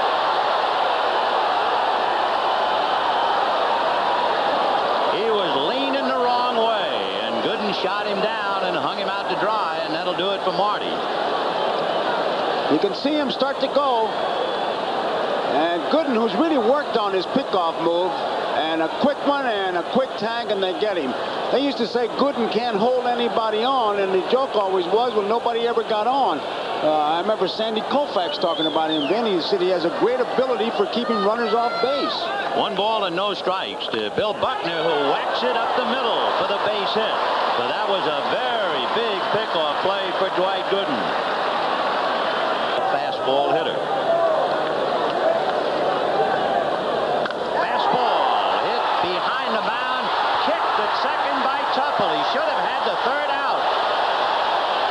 Tim Tuffle had plenty of time with a sore-legged Buckner coming down, and he couldn't make the play.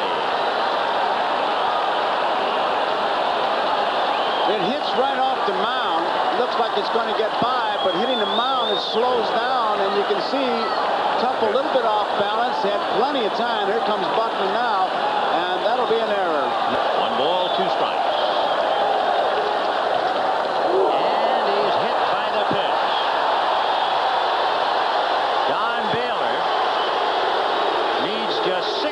More if he can stand it, and he will break the all-time record of being hit 243 times by Ron Hunt. And I love it. And as a high fly ball to left, Mookie has a play. And the Sox begin the night on a sour note as they strand 3. And for Marty Barrett, picked off in the first inning, and that was the killer tonight so far. At the end of an inning, no score. 2 balls, 2 strikes. Fastball whacked into right center, base hit. A late break for Strawberry, and he can't pick it up. Dykstra falls down. Henderson for 3. He is in there.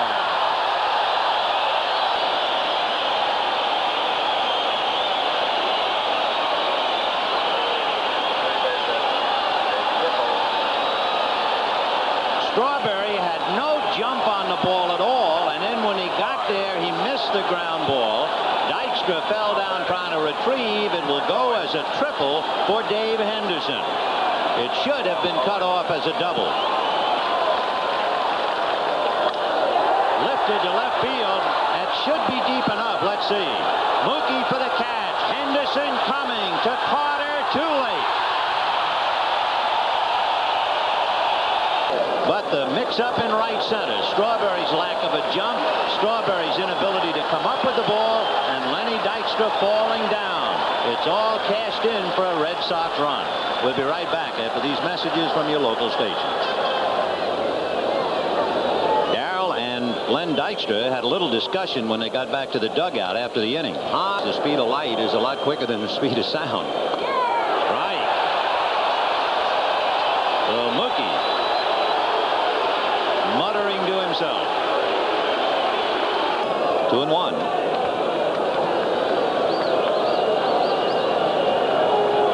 Fastball, little dunker to center. Henderson coming up. It's going to land. Stopping at second is Santana, and the Mets are in business. First and second, 1 out, and Tim Tuffle coming up on a little flare to center by Lenny Dykstra. Fastball, and that's a fly ball to left, and Rice will have a play. And Hurst is out of the jam. The Mets lead 2 on a walk and a base hit, and at the end of 2 1/2, 1-0 Boston. Teamwork.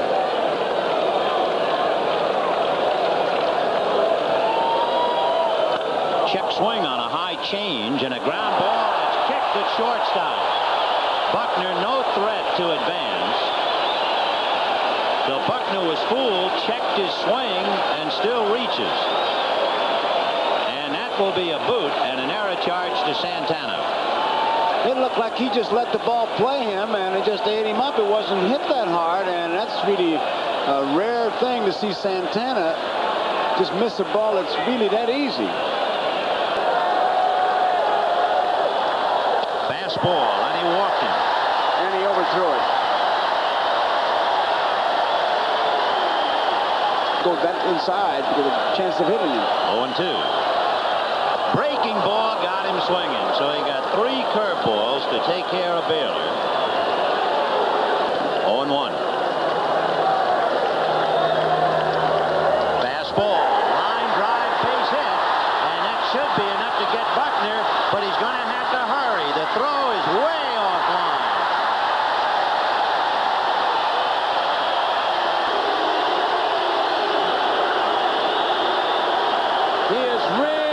trying hard. He digs.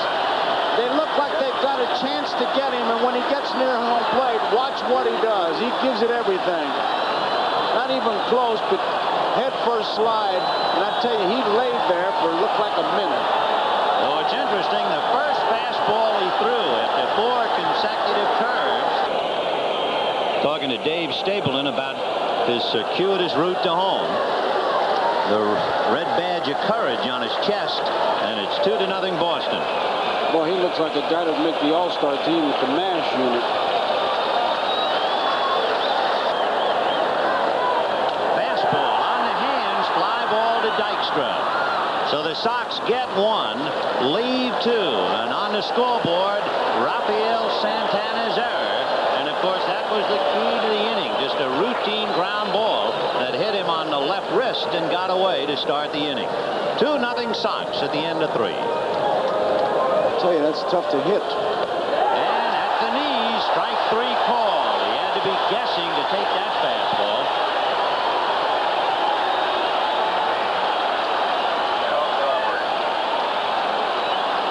He's looking for something he didn't get. That's what Carter's looking at. Look at the way Hurst just kind of keeps his eye on that target. Fastball. Boy, he gets that left leg up high, doesn't he? And leaves it there a while. Yeah, line drive will pick him off. There's a line drive that's short hopped by Boggs, and they get the double play. 5-4-3 as he short hopped the sinking line drive. And good call by Jim Evans. No runs, 1 hit, nobody left. And at the end of 3½. The Red Sox 2 and the Mets nothing.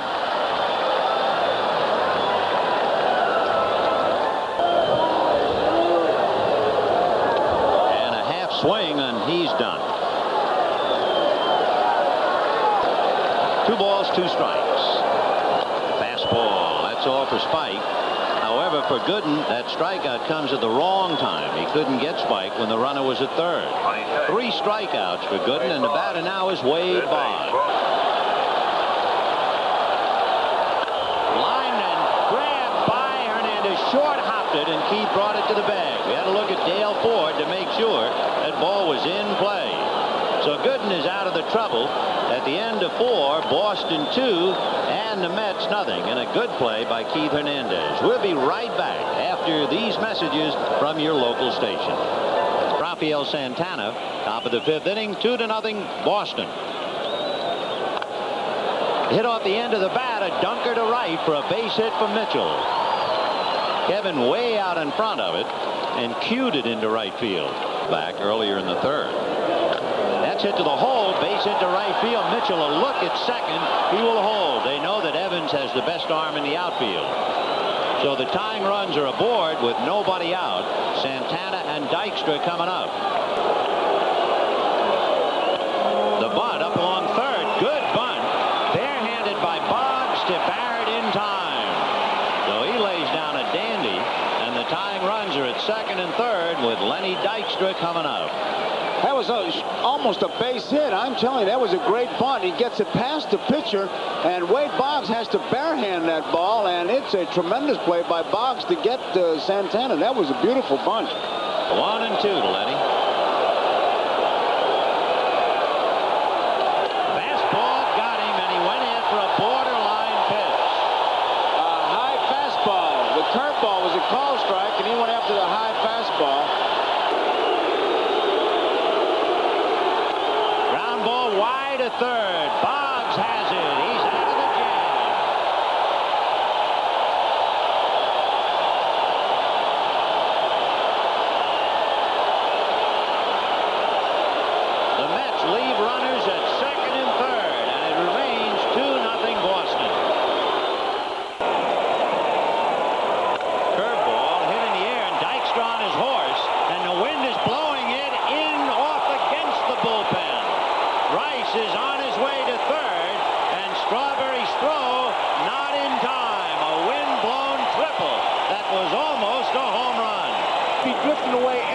but the wind really takes it away from Dykstra, and it's just a foot or so from a home run. You see it hit the top, and almost the frustration in that bullpen. And Strawberry, by the time he gets up with 3.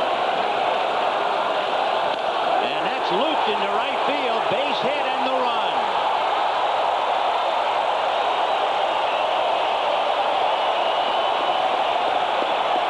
Tried to jam him with the fastball.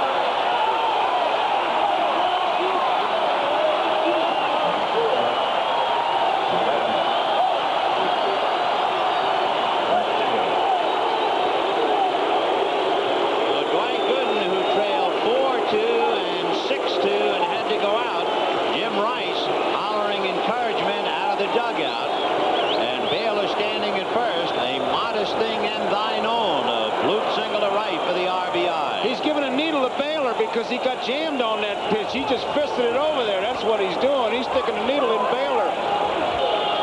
Baylor going. And a ground ball to the hole. Base hit into left field. And Baylor on his way to third. And Mookie throws it back into second. There's still nobody out.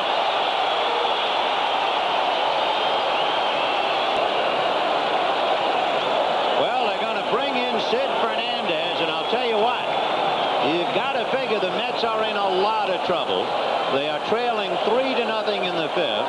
Johnson is bringing in a man he did not want to use at Fenway Park, Sid Fernandez. And game 6, they go against Roger Clemens. So Dwight Gooden, for the second time in the series, leaves, and we'll be back. Will look at tonight's game, and they will see that Dwight Gooden gave up at least 3 runs and 9 hits. But if he looks at the small print, the historian will also see Tuffle's inability to make a play in the first inning that he should have made. Strawberry's inability to hold Henderson to a double, and he didn't do it. And Santana's error on Buckner's ball, all plays contributing to Gooden's troubles. It made him work harder than he should have had to work, and his needle hit empty here in the 5th inning. So Gooden is gone, and Sid Fernandez coming in. Got him. So Gedman can't do it. He strikes out. And the batter now will be Henderson. 3-0 Boston trying for more in the 5th inning. A shot by the inside of Ray Knight and in the corner. Baylor scores. Evans to third. Into second goes Henderson. 4-0 Boston. So the hit is charged to Fernandez. The run is charged to Gooden. That's 4. And Rice is still on Baylor's case. Over that broken bat single. He said, a big guy like you hit that little flare. Baylor's probably saying, hey, it ain't fishing. You don't throw the little ones back. That's right. But 2-2. And it's punched. A one-hopper smothered by Tuffle. Fakes to the plate and then goes to Hernandez. Good play. Ball was in tight and really handcuffed him. And Tuffle made a fine play. See how close they are. He was just trying to get a piece of it. Owen was. And look what Tuffle's diving stop. Good play. Wilson says he has it. And the Sox get 2 and leave 2. On 2 singles, a double and a triple, and a big play by Tuffle. At the end of 5, 4-0 Boston, and Hurst goes back to work. In Hurst's game against the Mets, he went 8 innings, and then Calvin Schiraldi pitched the 9th. So he blanked the Mets for 8 innings in New York, and he has them by the neck for 5 innings tonight. So that's 13 consecutive scoreless innings for Bruce against the Mets. Got him.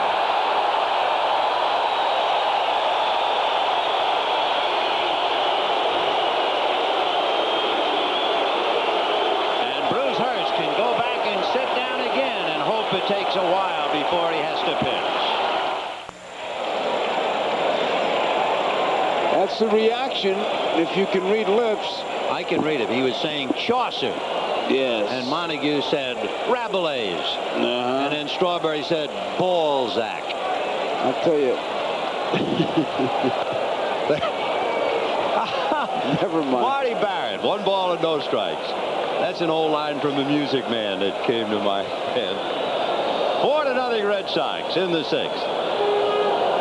Hey, they'd appreciate that up here around Harvard. Now he starts to get a little bit excited. Look at Hernandez come running in to get the youngster out of there. Bill Robinson can't move him, but Hernandez gets him out of there. It's just total frustration. Fastball got him. So Rice goes down on strikes. Sox are done in the 6th. It's 4-0 Boston. We'll be back after these messages from your local station. 1-0. Fastball, a night late, but it's going to be a tough play for Buckner especially, and the ball lands fair. Picked up by Barrett and holding on. Good play by Ray Knight. As soon as Barrett one-handed the hopper, he held on. And Gedman was right there at the bag to draw a throw.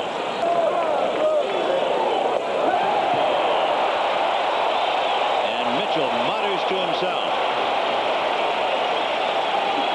He really placed that in a tremendous spot, right in on the kneecap. And that's a wind-blown fly ball. Barrett falling. That's it. So Ray Knight opens up with a single, and they leave him. And at the end of 6 1/2, Sox 4, Mets nothing. Feel very calm and easy. He said, hey, I've got my best 3 well rested, and Baylor strikes out. Meanwhile, and he chased a high one around the eyes, but give him 4 strikeouts. And so Fernandez has retired 8 in a row, but it's still 4-0 Boston. He rarely goes to a 3-2 count. And that's it down the right field line, slicing away from Evans. It's got a chance. It's gone. A home run into the right field seats by Tim Teufel. And that makes it Red Sox 4, Mets 1.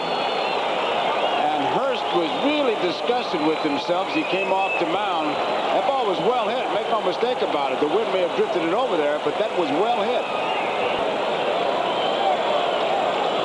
That wind takes it, but it's in there pretty good. It just doesn't sneak in there. So 4-1 in favor of Boston, and the batter is Hernandez, 0 for 3. 0-2. And that's going to be looped into right field for a base hit.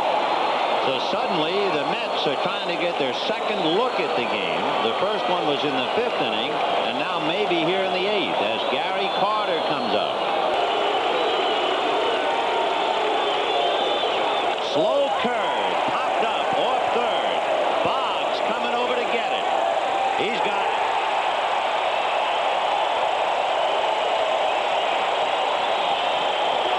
One run, 2 hits, and Bruce Hurst is 3 outs away from giving the Red Sox a lead 3-2.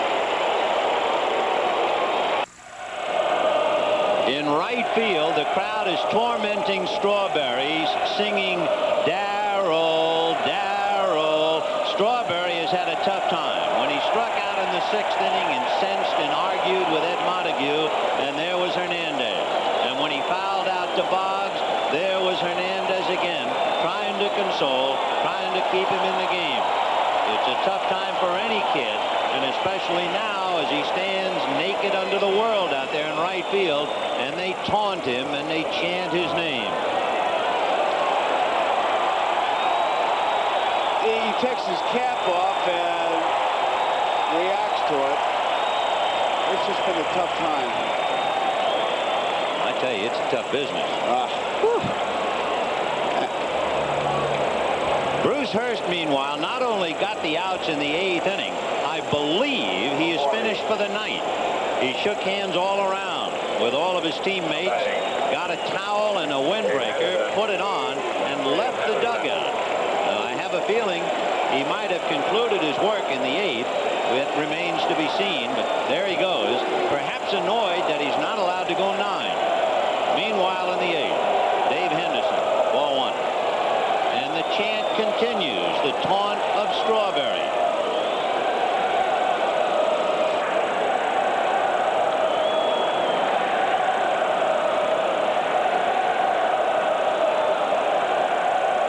Do you think maybe in Shea Stadium they'll start hollering Dwight? Well, I just hope that I just hate to see that happen to a youngster with that kind of potential. 2-1.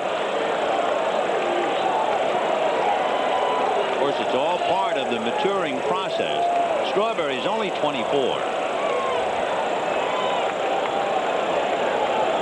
2-2 the count. High fly ball to Strawberry. Wind blowing it. 1 away.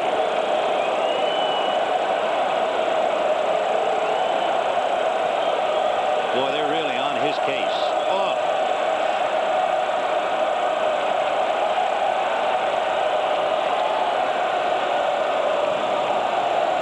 Well, I tell you what, if you don't want to live in a goldfish bowl, you better not be a big league ball player. No.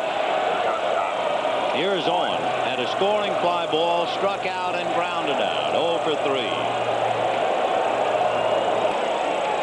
Game 6 is just around the corner. Shea Stadium. Bobby Ojeda and Roger Clemens, who must loom like the Colossus of Rhodes right now in the minds of the Mets, and come to think of it, in the minds and hearts of the Red Sox. There's Clemens waiting for his next shot. Game 6.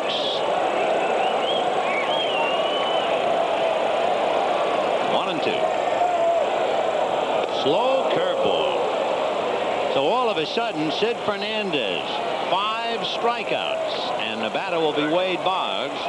But Fernandez has quieted the Red Sox, but he can't do anything about the scoreboard. Line drive, and that hit Tuffle on the ankle. You talk about a ball eating up a second baseman. That took a bite out of Tim Tuffle's left ankle. Oh, did that hurt. That was a knuckleball. He hit, the pitch was a fastball, but it went out there like a knuckleball. He's got the glove down and hit him right on the ankle. And I mean, he's more embarrassed than hurt right now. But I tell you something, that thing really knuckled out there.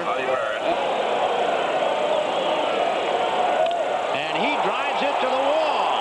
Back goes Mookie. It's going to be off the scoreboard. Boggs will stop at third on a double by Marty Barrett. More so in the game, had they played a good defensive game. Little pop foul off third. Ray Knight is there. And the Sox leave runners at second and third. And the Mets are still in the game. 4-1 Boston. The question has been answered. Bruce Hurst, who is bundled up and appeared to be leaving the dugout, has come back. He's on the mound, and Calvin Schiraldi is at the ready in the bullpen.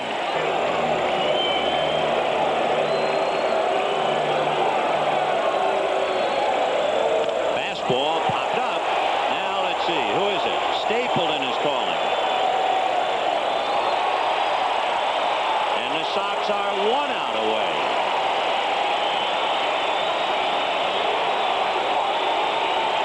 Everybody up.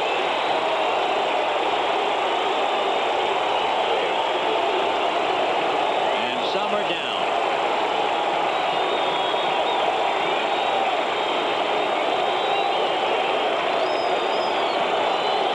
He has been magnificent tonight. The only run, a home run to right field by Tim Tuffle. Mookie has struck out, singled, and flied to right. Strike. Curveball whacked into the left field corner, and it's a base hit. Rice playing the carom. Mookie on his way for 2 in there easily. So a 2-out double by Mookie Wilson will bring up Rafael Santana. And it's hit to the hole, base hit to right. Here comes Mookie, and Evans won't even go after him. He'll throw the ball into Marty Barrett, and suddenly, and wouldn't you know, for the umpteenth time, the little man becomes a big man. Lenny Dykstra representing the tying run.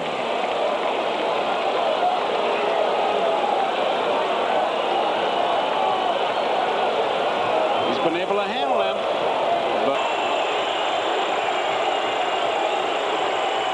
Fastball high, and he chased it again.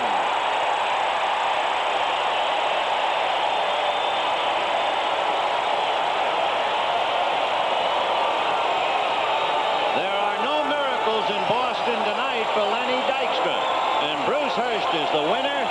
The Red Sox win it 4-2. They now have a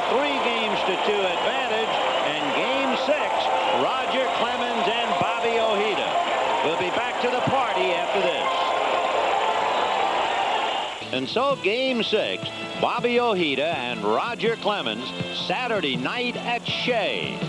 And there will be a lot of emotions there as Darryl Strawberry and the rest of the New York Mets try to gather and fight back and stay alive. It should be something, Joe. It should be, Vin. It's the way McNamara planned it, and we'll be there.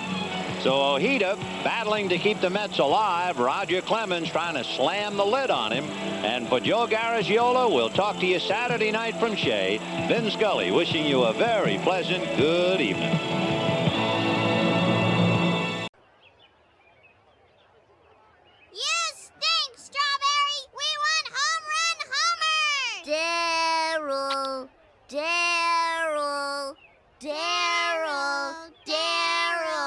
That's not very nice. Mom, they're professional athletes. They're used to this sort of thing. It rolls right off their backs.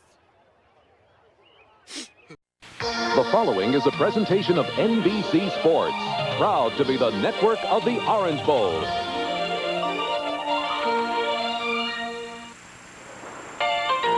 In 1918, America was embroiled in World War I. Woodrow Wilson was president.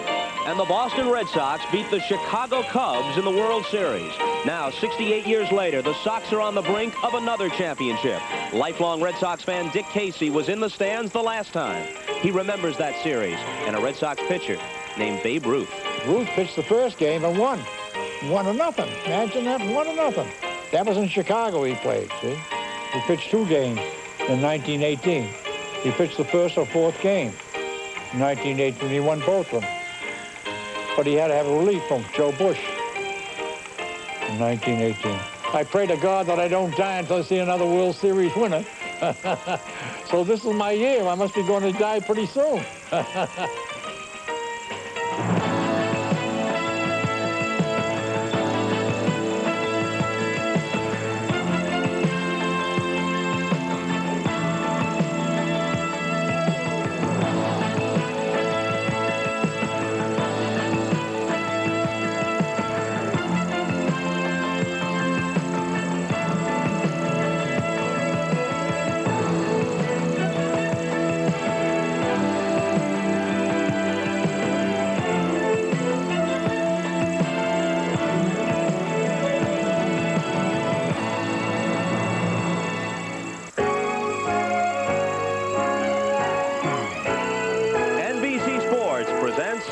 The World Series, an inside look.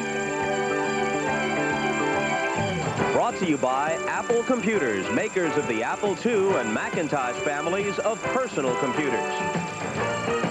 And by the Ford Motor Company. At Ford, quality is job one. Temperatures in the low 50s, a clear and chilly night at Shea Stadium, and Met fans chilled by the prospect that with one more defeat, their team, which over the course of the season has been baseball's best, will come up short in their quest for a world championship. Hello again, everybody. I'm Bob Costas. The pitchers tonight. Roger Clemens, who didn't pitch all that well in Game 2 here at Shea Stadium, had a no decision. He goes for the Red Sox, trying to wrap things up.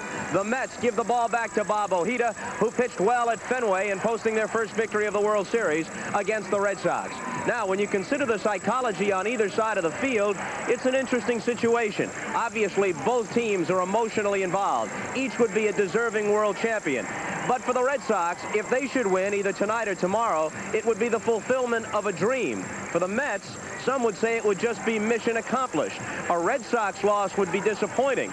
A Met loss, devastating, because after all, there are those who will say, whether it's fair, whether it's logical, whether it's reasonable, that if the Mets don't win at all, they have somehow failed. Tonight's pitcher, Bob Ojeda, understands.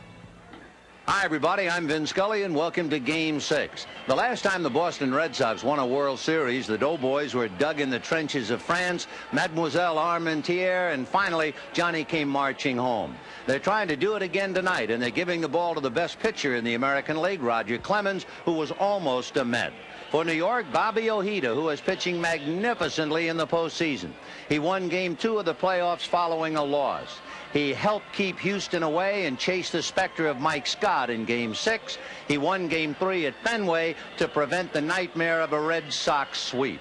Well, Bobby Ojeda and Roger Clemens, it's the Mets who are dug in the trenches, the Red Sox making the charge. Let's meet the manager, the general of the Mets, Davey Johnson, and we'll go to Joe Garagiola.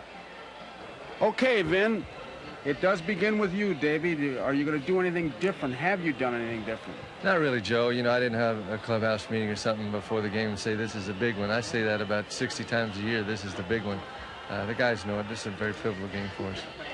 Carter behind the plate. Ojeda, the pitcher. Bobby Ojeda making his second World Series appearance. He won Game 3 at Fenway 7-1. He made 2 starts in the playoffs. He was 1-0 against Houston, picking up the victory in Game 2. Pitched well enough to hold on for Jesse Orosco to win Game 6. He was an 18-game winner during the year, and he came to New York in the deal with Boston that sent, among others, Calvin Schiraldi to the Red Sox. Ojeda had only 2 fly balls in his last game against the Red Sox. 7 ground balls, fastball, curve, slider change. But as you heard Davey Johnson say, he'll throw you that dead fish, that change of pace. His biggest plus, changing speeds. He will come inside, but he can spot that ball on the outside corner. He is a good pitcher. Right. And there's a hopper off the glove at third of Knight, and Santana can't pick it up, and Boggs is aboard. So we'll await the judgment from the 3 official scorers. Make some noise tonight. And that's one of the many reasons an unexpected guest at Shea Stadium.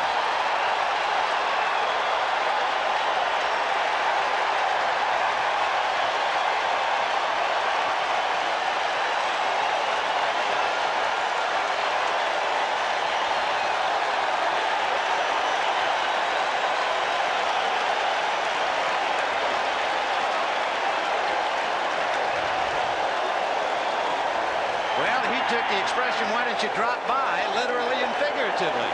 That's about the only way to beat the traffic in this town. 1 ball and everybody got a kick out of it. 1-0 the count to Bill Buckner. And I'll tell you what, Wally Backman almost jumped out of his uniform when that man came down in front of him at second base. And why not? Hernandez not holding, and the pitch is in the dirt. So he threw him a 3-2 change. And the Sox have 2 on, 2 out, and Dwight Evans coming up. And Rice at first, 2 out. High drive up the alley in left center field. That's trouble, heading for the wall and off the wall. Dykstra plays it. 1 run will score on a double by Evans, and Rice holds at third. So Dwight Evans hits the left center field wall for a long double and a run batted in. And with first base open, the left-hand hitting Rich Gedman coming up. Ball well hit, but played perfectly by Dykstra. He gets that carom in good shape, hits the cutoff man, and with that, Latchman holds Rice at third. First inning against Roger Clemens. Fly ball to right center, a late start, but it's high enough for Strawberry to put it away. However, the Red Sox get a run on 2 hits and lead 2. At the end of half an inning, Sox 1, Mets coming up. We have not had a team come from behind in this 1986 World Series, and the Mets are fully cognizant of that. Clemens is on the mound. I must say, Vin, I'm still waiting for Dykstra to at least test Buckner. Well, we see that might very well be the trick tonight. Roger Clemens is attempting to clinch his 4th championship in the last 4 years. He was the winning pitcher in the final game of the '83 College World Series. Then, while pitching for the New Britain Red Sox, he won the Eastern League Championship. In the 7th game of this year's American League Championship Series, he beat California. And, of course, now he's out there trying to clinch it for Boston tonight. Outstanding fastball. He can ride it high, and that's the pitch. Even talking to Tom Paciorek before the game, he said, you better lay off that high fastball. He can sink it. He's got a slider, curve, a forkball, and he can work that strike zone in and out and up and down. And I think that's rare when you can work a strike zone up and down. Well, Lenny Dykstra will be the first one to test him. 2-2. Got him. And he did it with fastballs. He did not give him any off-speed pitches or anything but that great fastball. Be a close ball game. 0-2 to Backman. Got him, and he took something off that off-speed pitch for strike 3. So Dykstra and now Backman caught looking out of the infield. And that's hit out of the infield, but right there is Dave Henderson. So Hernandez is gone, so are the Mets in order. And at the end of an inning, it's the Red Sox 1 and the Mets nothing.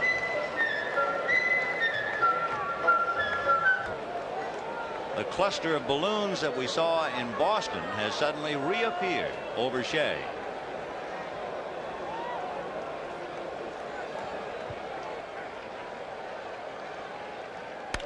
Comebacker right through the legs of Ojeda into center field. So a one-out single by Spike Owen. That is hit number 3 for the Sox, and it will bring up Clemens. Cheating and cheating, and Knight ready to charge anyway, and the bunt is fouled, and Clemens has struck out. There goes Owen, and there's a base hit through the hole vacated by Backman. On his way to third is Owen, and they'll hold him on a strong throw by Strawberry that's cut off by Hernandez.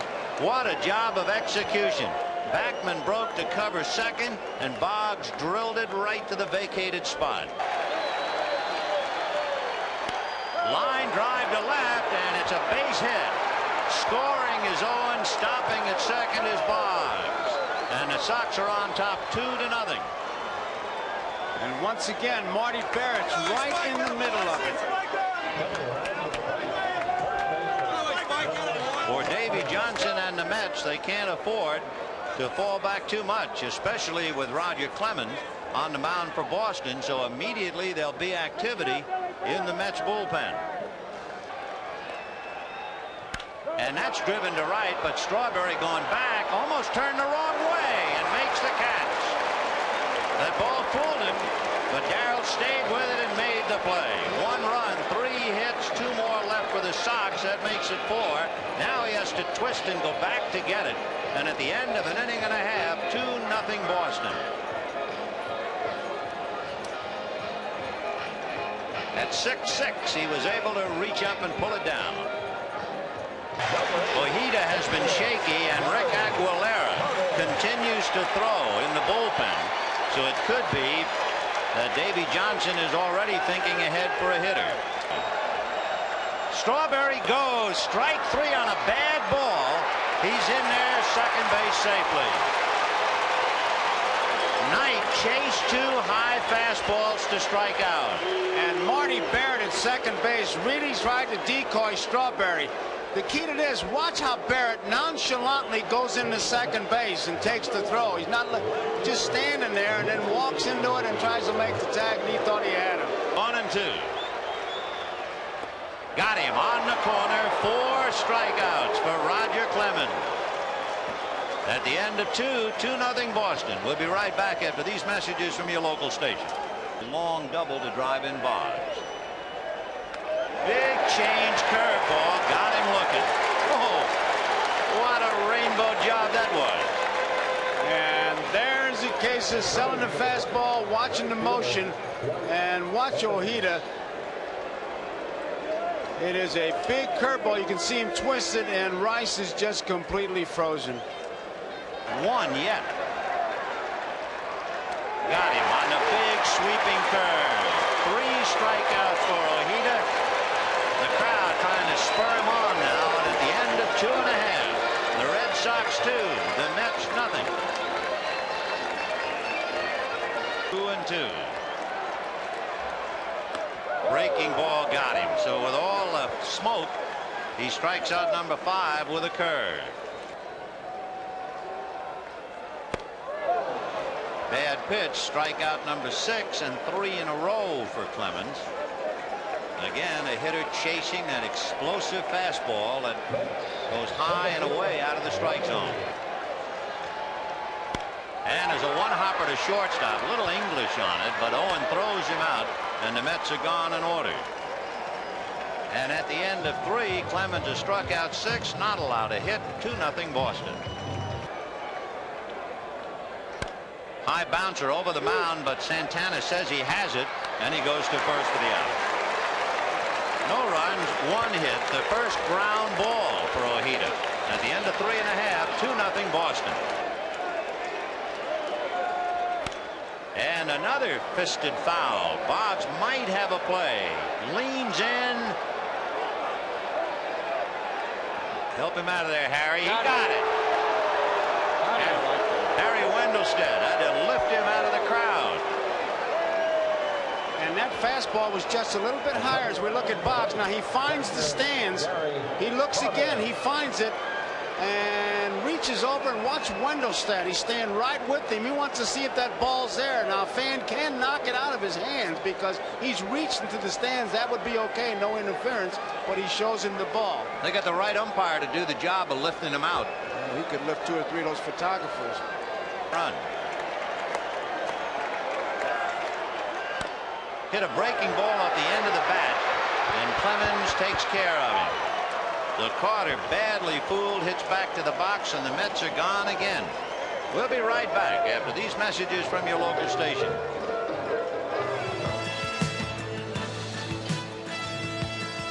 Roger Clemens is the star of the night up to here. He is not allowed a hit. He has walked 1, struck out 6, and retired 8 in a row. The only Mets base runner, Strawberry, who walked and stole second base. And another one that's looped to left. Mookie is there. So the Red Sox, as they've done throughout the series, lead 2 more. They've left 7, and it's still 2-0. In the bottom of the 5th inning, the Mets will have Darryl Strawberry, Ray Knight, followed by Mookie Wilson. Clemens in 4 innings has made 73 pitches, 49 strikes, 24 balls, 6 of the 13 first pitches strikes. And he is not allowed a hit. He's had 1 base runner. That's when he walked Strawberry in the 2nd inning. Ball 4.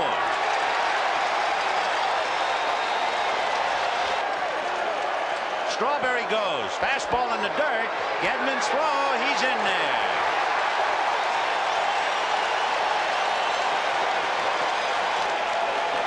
The ball is going to wind up in Spike Owens' glove, and I thought maybe the shortstop might try the hidden ball trick. Watch. Now Owen has it, but hit up the middle. Base hit. Here comes Strawberry, and he will score.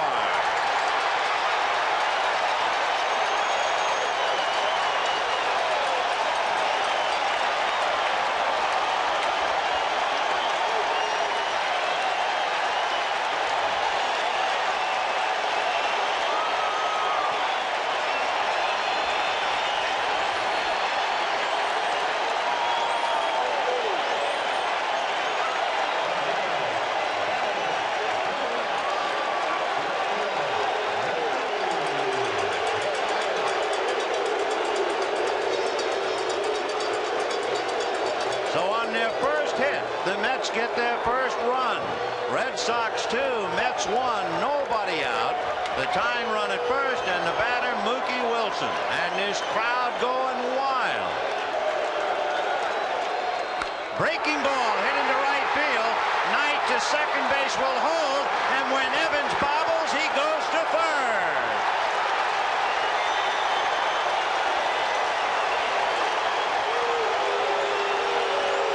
Curveball and Knight, he got to base it up the middle. Mookie was behind on his fastball. He threw the curveball, he singled into right field. So it's a case now of McNamara trying to settle his young pitcher down. Nobody out, first and third. Ground ball hard to Barrett. They go to second for 1, to first, double play. However, Knight scores to tie it up.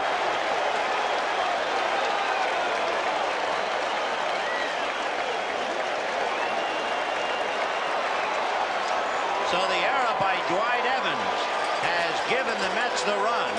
Otherwise, Knight would be now at third. Dwight, as we said, had committed only 2 errors since July. Ground ball to Marty Barrett. And that's it. But the Mets get 2, and they are alive and well. And the crowd is on its feet at Shea at the end of 5. A 2-2 tie.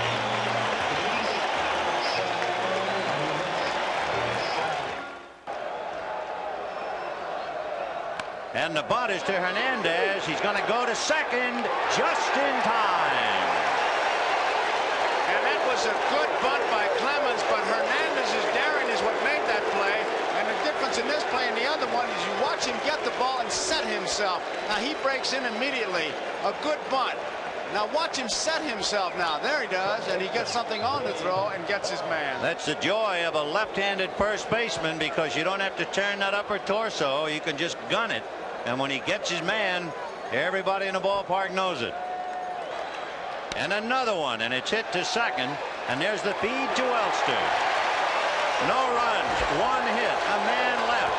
And Shea Stadium is rocking to its foundation. We go to the bottom of the sixth in a 2-2 tie.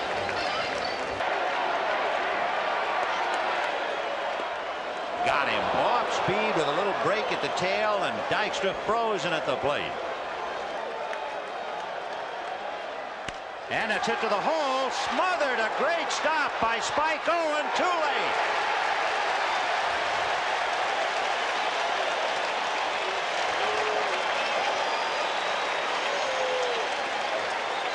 It was only Backman's hustle that made that play. Owen makes a tremendous play. Not only does he come up with the backhand from his knees and throws a strike and had pretty good stuff on it, and Backman just does beat it. He hustled all the way. It looked like a base hit from the minute he hit it. Had he stopped to watch it the split second or so, he would have been out. So Backman singles to the hole, and that will bring up Keith Hernandez. There he goes, and there's a line drive base hit. Backman on his way to third. Henderson has to throw it into first.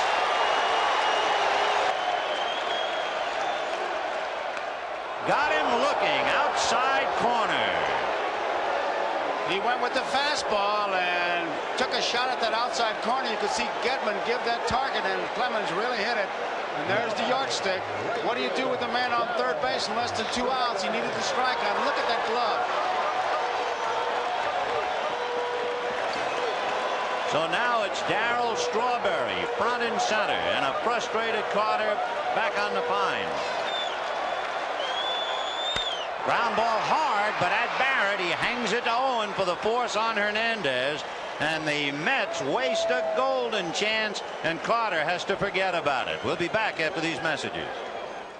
We go to the seventh inning in a 2-2 tie. 14-game winner Roger McDowell, with the 22 saves during the regular year, will now make his 4th appearance in the World Series. And he lost him. Ball 4. So Barrett, with 2 singles and a walk, goes to first, and that will bring up Buckner, Rice, and Evans. And the runner goes, and the pitch is hit up the middle. Back to get it is Backman, and they make the play. So they put a hit and run play on to avoid the double play. They not only avoid it, but Buckner gets his man up 90 feet to second base. So that was a good bit of hitting. Roller to third. Knight charging. High throw off Hernandez's glove, and over to third goes Barrett. A routine play gets away by Ray Knight. Just a slow roller against a slow runner. He had plenty of time, and he threw it away. You'll see it. Nothing tough about it. And not only does he lose Rice, but since it's such a bad throw, he allows Barrett to get over to third. And now the Mets have a problem. It is indeed strength against strength. They're going to have a sinker ball pitcher against a low ball hitter, Dwight Evans. That ball just sailed right up and over Hernandez's glove. Rice goes. Sinker is hit down to second. They can't get the double play. Safe at second, out at first. And the run is in. So that was the big play. Do you turn Rice loose or don't you? If he's not going, they get the double play. But he was going, and he was not only there, but safe. And the run is in. So the error gets even larger. Otherwise, the inning is over.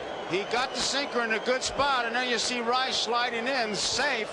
And it's a decision that'll get lost in the box score. But McNamara, if it's a strikeout, it's a throw him out. But He makes the move, lets Rice start, and gets the big run. Watch Barrett score in the tie-breaking run. So a key decision by John McNamara. And the Sox lead 3-2, and Gedman hits it foul. 0-2. Sinker hit into the hole. Now they're going to wave Rice in. Mookie's got a chance to get him to Carter. He is out at the plate.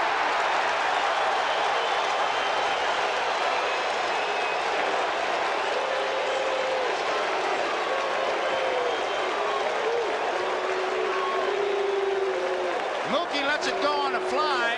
Carter, once he catches the ball, he knows he can ride Rice inside. Now he makes him slide to the inside, never gets the whole plate. Watch Dale Ford. He wants to see if Carter holds the ball, and once he does, he calls him out. But Carter rides him inside.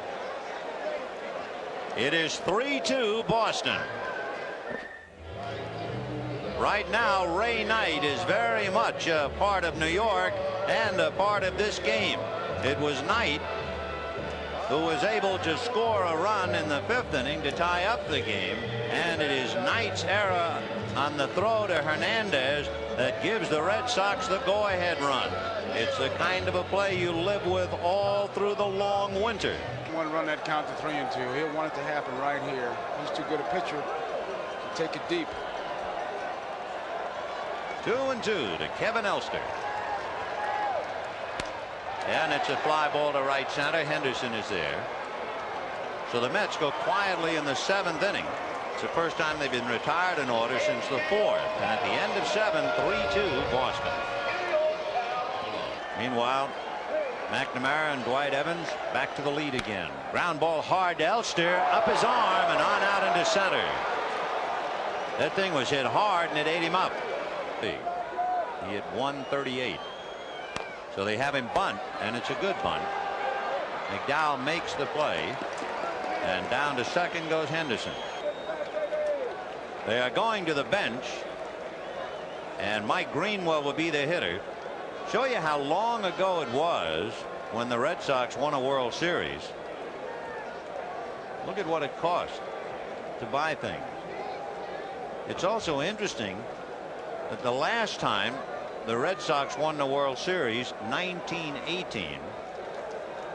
In March of that year, Congress enacted legislation for the clocks to be moved 1 hour in order to serve and save electric energy.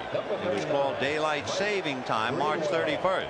So just as the Red Sox are trying to turn back the hands of time tonight, we remind you to turn back the hands of your clock before going to bed tonight. Turn it back 1 hour. And he chased another one. And Carter will tag him out. So Greenwell strikes out on a couple of very good breaking balls. Henderson holding at second. But now you have Wade Boggs and Davy Johnson going out to the mound. Remember, Orozco had been throwing, but I think he would rather hit for McDowell and then use Orozco. So let's see about walking Boggs and going head-to-head with Marty Barrett. They're going to put him on. They got to, huh? I would think. I don't know why they'd fool around with him at all.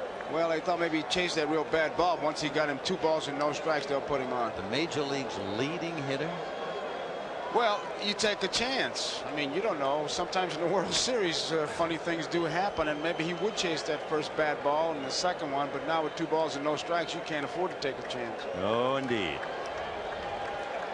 So Boggs goes to first. Henderson is at second, and with 2 out, here's that man Barrett again. Every time you look up, Marty Barrett is right in the thick of it. And he's way outside to load him up. Now let's see if that forces Davy Johnson's hand and ruins his strategy. Do you blow everything? Well, he can't afford to wait, evidently. Will he make 2-for-1 switch? Well, the last man to make out was his shortstop, but he's already used Santana. So Johnson almost forced here because of the bad hop single. And then this walk, and he has to bring in Orozco, and he hates to do it. The whole idea was to hit from McDowell and have Orozco pitch the 9th inning, but he can't do it.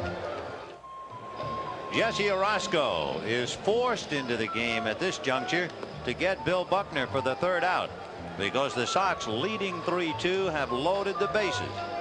Orosco, a three-quarter style pitcher who will drop down against left-handers. Pretty good fastball, a very good slider, and he's even throwing a few split-fingered fastballs. Henderson, Boggs, and Barrett out on the line. High fly ball. Dykstra has it under control. One pitch for the big out, and 3 are left. And at the end of 7.5, 3-2 Red Sox. Roger Clemens was given a 2-0 lead and was pitching a no-hitter for 4 innings. The Mets finally got to him for hits and 2 runs to tie the game in the 5th, but they really let him off the hook, and he fought his way out of a corner. With a run in and runners at first and third, Danny Heap hit into a double play. In the 6th inning, with the score tied, the Mets had runners at first and third, and Gary Carter was caught looking. And then Darryl Strawberry hit into a force play. And then the error by Ray Knight is now the difference in the game, and Clemens gives the ball to Calvin Schiraldi. Schiraldi, the former Met, who had the penthouse and basement existence in Anaheim, is now asked to get the last 6 outs of the World Series. And standing in his way, first off, is Lee Mazzilli. He is certainly well rested for this performance. Fastball full to the hole. Base hit into right field for Mazzilli. The tying run is aboard. There's the bunt. Schiraldi's going to go to second in the dirt. Everybody's safe.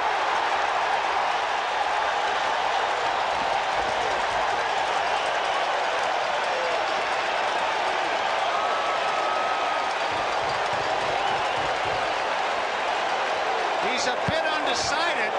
His only play, first base, he throws a sinker.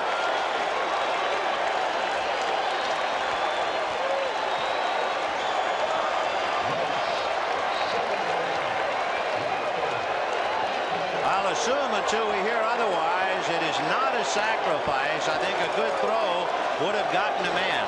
Sacrifice bunts this year. The bunt is down. Schiraldi has to go to first.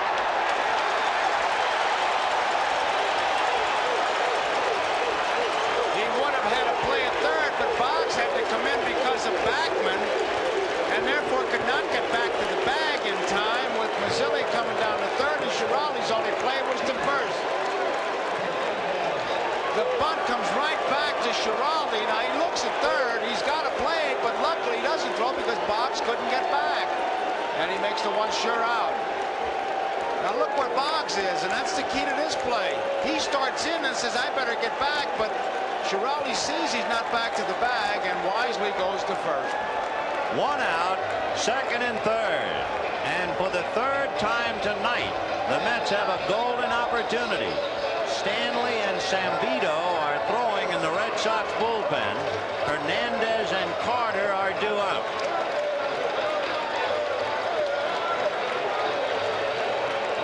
Keith Hernandez flied to center, fouled out to third, and singled in the 6th inning. 3-2 Red Sox, bottom of the 8th, and the Mets trying to come back. I doubt if he gets a chance to hit here. So Hernandez will get 4 wide ones. That takes the bat right out of his hand. And Gary Carter will have his 2nd golden chance. You remember Carter in the 6th inning with the game tied had runners at first and third and was called out on strikes. In a moment, he'll be coming up with the bases loaded and 1 out. And the chant, Gary, Gary, and the people are up. And Shea Stadium is a madhouse.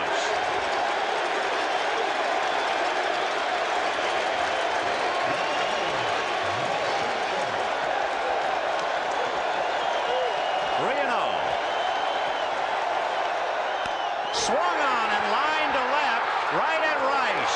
Tagging up is Mazzilli to score, and down to third goes Dykstra.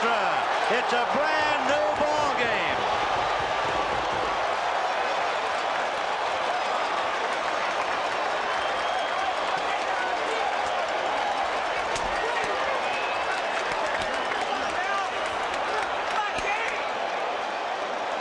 Davy Johnson gambling 3-0 for a base hit, got the sacrifice fly. Rice's high throw allowed Dykstra to go to third. And boy, does that take a lot of weight and a lot of heat and a lot of pressure off the on-deck hitter, Ray Knight. He's off the hook. Now Darryl Strawberry with runners at first and third in a 3-3 tie in the bottom of the eighth. Hernandez is going on a fly ball to right field. Evans looking over at Henderson. It's Henderson. But the Mets scratched for 1 run, 1 hit. There were 3 sacrifices. 3-3 in the eighth. Rick Aguilera is the new pitcher, and he will pitch in Darryl Strawberry's spot. In the ninth, the Red Sox will have Jim Rice, Dwight Evans, and Rich Gedman. It is interesting that before the league championship series, before the playoffs with Houston, backup catcher Ed Hearn of the Mets said, I have a hunch the guy who's going to play a big part in the league championship series and the World Series will be Rick Aguilera. Well, here he is, tied up in the 9th inning of a must-win game for New York. Boy, 2 big decisions by the managers. Carter being allowed to hit 3 balls and no strikes, really drills one to left field for the sacrifice fly. And remember, McNamara started his runner to pick up the tie-breaking run. So those little decisions that get lost in the box score. And Rice makes a poor throw. It can't be cut off. There's no chance to get the tying run, and it allowed the winning run to go to third. The possible winning run anyway. And leading off the 9th inning. So Mazzilli, who was the pinch hitter and singled, worked on the dirt by Schiraldi. It was ruled a sacrifice fielder's choice. No error. Rice strikes out.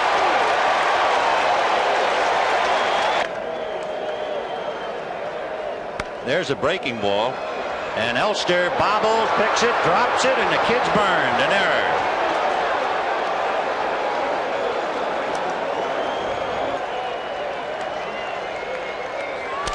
And it's a busted bat ground ball. Backman feeds Elster, and he goes to Hernandez.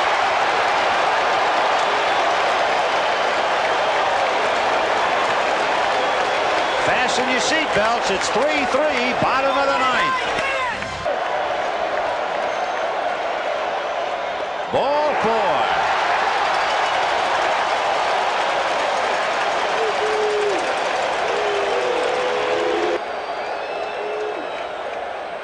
The bunt out to get it is Gedman and throws not in time. And we have our first argument of the series.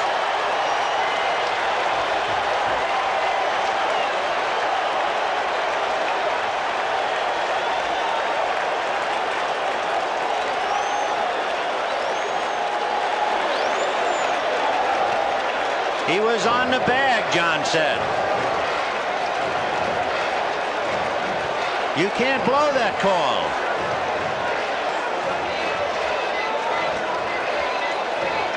On that blast bag. Why?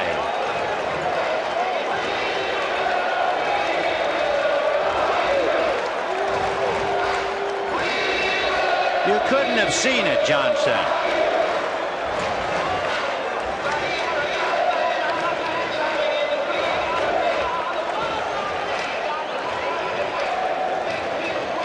Here it is again. You be the judge. What the Red Sox contention was to Jim Evans, you couldn't have seen that Owens was on the bag. And Jim Evans said, I saw it. And the Sox said you couldn't have seen it if you called him safe. Apparently they wanted Evans to talk to another umpire. Here's the play. You can see him coming off the bag. Though Jim Evans was right there to call it. And now the Mets at first and second and nobody out in the bottom of the ninth in a tied-up game.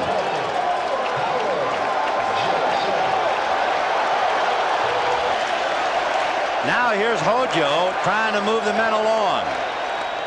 Missed it. 0-1. Ground ball foul to Bill Robinson.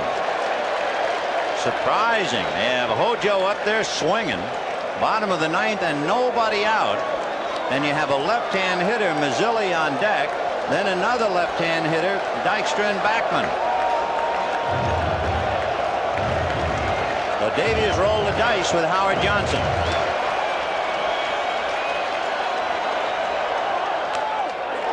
Foul tipped. He struck out. On a check swing that ticked the bat, Johnson strikes out. One very big out. And Lee Mazzilli coming up. And unless he gets that run in, Davies on the firing line once again. That foul tip, the ground ball now, and you're out of the inning.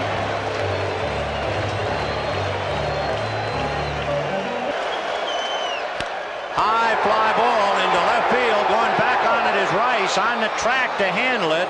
And of course, after that play with Johnson, had he bunted, your winning run would have scored on that. The runners go on a fly ball to left field. Jim Rice is there. And we're going to extra innings. And the key play in the inning, besides the throw to second, Davy Johnson's option to not bunt with Howard Johnson. And the Mets lead 2. They've left 7 in the game. And at the end of 9, a 3-3 tie. With Howard Johnson staying in the game at shortstop, Dave Henderson will lead it off. Would you like to roll back the clock to Game 5? The Sox were 1 strike away from being eliminated when Henderson took a Donnie Moore pitch and hit it out. And Anaheim, that was 1 pitch away from celebrating. Henderson broke Gene Mauch's heart. Now it's 3-3 in the 10th. Henderson has flied to left, flied to center, grounded to short, and singled to short on the bad hop that struck Kevin Elster on the left arm.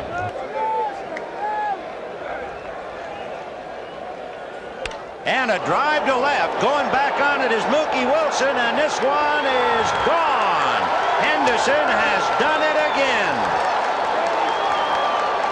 And a note on Rick Aguilera. He gives up the most home runs on the staff.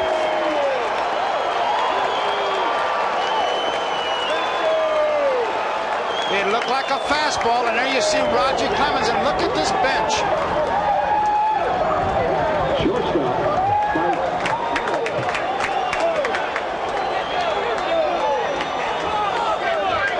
And it is 4-3 Red Sox on the lightning-like home run of Dave Henderson. And he knew it when he touched it off, and what a difference in the swing between this one on Aguilera and Ojeda.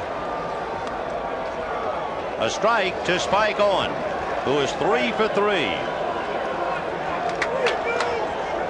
So the Mets disdained the bunt, and the Red Sox make them pay with a home run.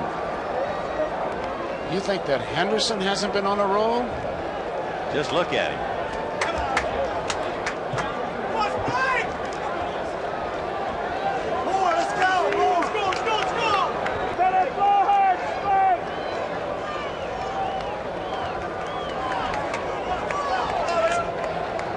And just to switch what we said the other night, it's so quiet in New York you can almost hear Boston.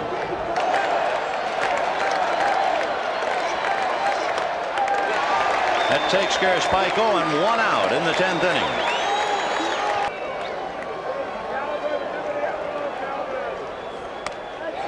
That takes care of Schiraldi. So 2 out in the 10th. Roger Clemens. 1 minute he was pitching a no-hitter. The next minute he was tied. And the Sox bullpen, that's Al Nipper chatting with him. 3 outs away.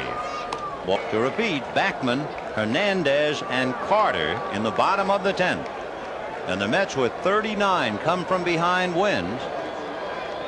And Henderson and company trying to take it and run. And that's hit in the alley in left center, but it's slicing, and Mookie can't get it. It's going to the wall.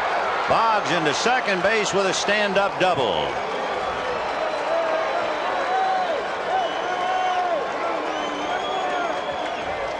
So a home run and a double in the 10th inning. And the batter now, Marty Barrett. And it's hit into center, base hit. Dykstra charging. Here comes Boggs. He will score. The throw backed up by Aguilera, and Barrett goes to second. And it is 5-3 Red Sox. And what a big run that was. Well, the scouting report says run on the Met outfielders, and Hernandez, as we mentioned, was trying to get Dykstra to move in, but with 2 outs, Boggs broke at the crack of the bat, and Dykstra's throw is so high nobody can cut it off. They pick up the extra base. And there again is Barrett. That is the 5th time he's been on base tonight. So Marty Barrett puts extra weight on the Mets dugout, and here is Bill Buckner. Is that ever going to be a long press conference for Davey Johnson if it ends like this? In the bottom of the 9th inning, Ray Knight walked. Mookie Wilson bunted. The throw to second was high by Gedman. Jim Evans ruled that Owens was off the bag, and there was first and second, nobody out. A bunt puts the winning run at third base. But Davey Johnson opted to have Howard Johnson swing away, and he eventually struck out. Foul ball. And then, as so often happens after one decision, something immediately happens to make you rue the decision. Mazzilli, a fly ball deep to left that would have scored the winning run. But instead, the run is held at first and second. And when the Mets did not seize the opportunity, the Red Sox did in the 10th inning. Home run by Henderson, double by Boggs, single by Barrett. 2 runs over, and a 5-3 Boston lead. Hit him. So Buckner is nailed by the pitch, and that will bring up Jim Rice.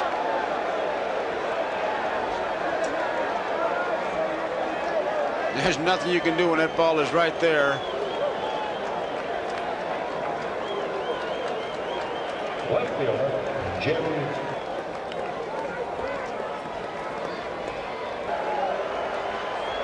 And that's lined to right. Mazzilli has a bead on it and puts it away. But the Red Sox come up with 2 big runs on a single, double home run. And at the end of 9 1/2, Red Sox 5, Mets 3.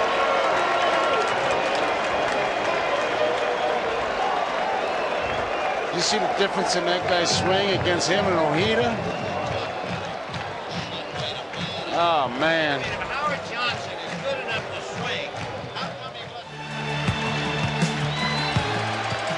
5-3 Red Sox, and Wally Backman a strike. Backman is 1 for 3.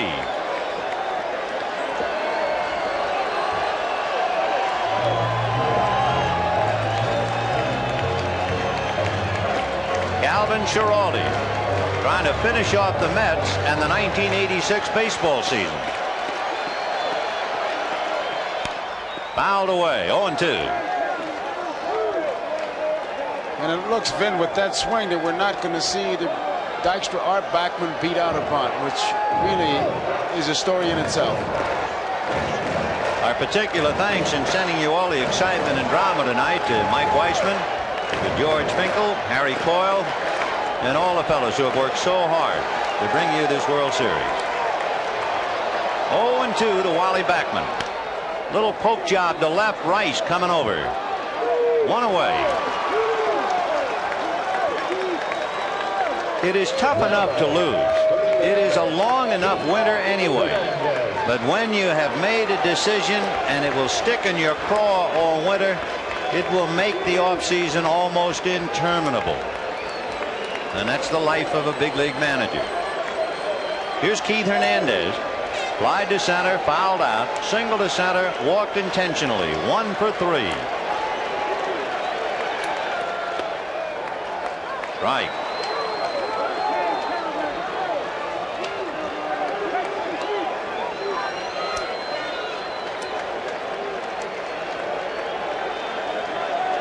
Rick Aguilera, who gave up the home run to Henderson.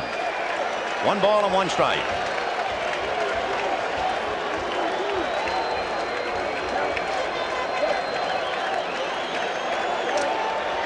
On deck, Gary Carter. So this at bat for Keith Hernandez, very important. Trying to make Carter tying run. 1-1. Ball 2.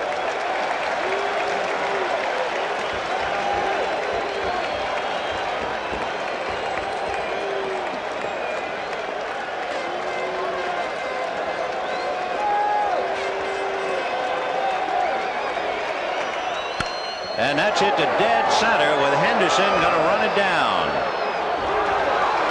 And the Mets are down to their last out.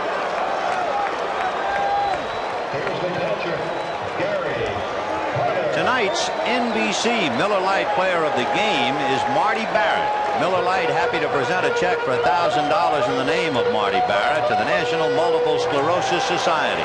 Marty had 3 singles and 2 walks. Handled everything hit his way. Kevin Mitchell is on deck to bat for Rick Aguilera and Gary Carter at the plate. And he pops it foul, out of play. Gedman coming back. It is out of play. Carter had 2 great chances as we go back through the history books. And the Red Sox are 2 strikes away. In 1918, when the Red Sox won, each player received $1,000 as the winner's share. This year, each player will get more than $70,000. 1-1. The oil can, at least for the moment, looks like he has tomorrow off. 1-1.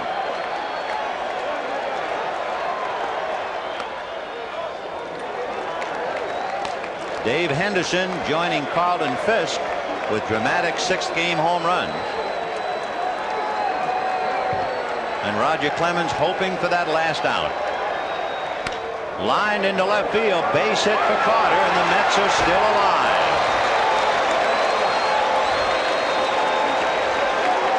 Hit number 2 off Schiraldi, number 6 for New York, and with 2 out, representing the tying run, Kevin Mitchell.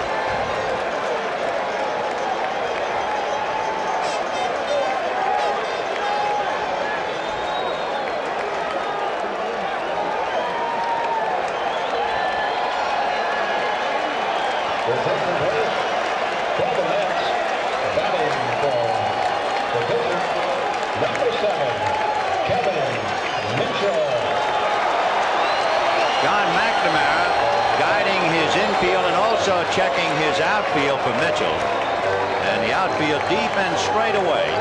Barrett is on the rim, and Owen is deep at short.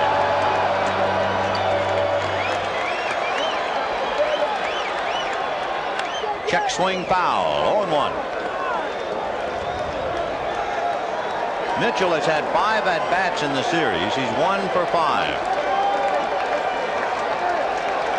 John was just one of his ball club. No trick plays, no nothing. Keep Mitchell off second base.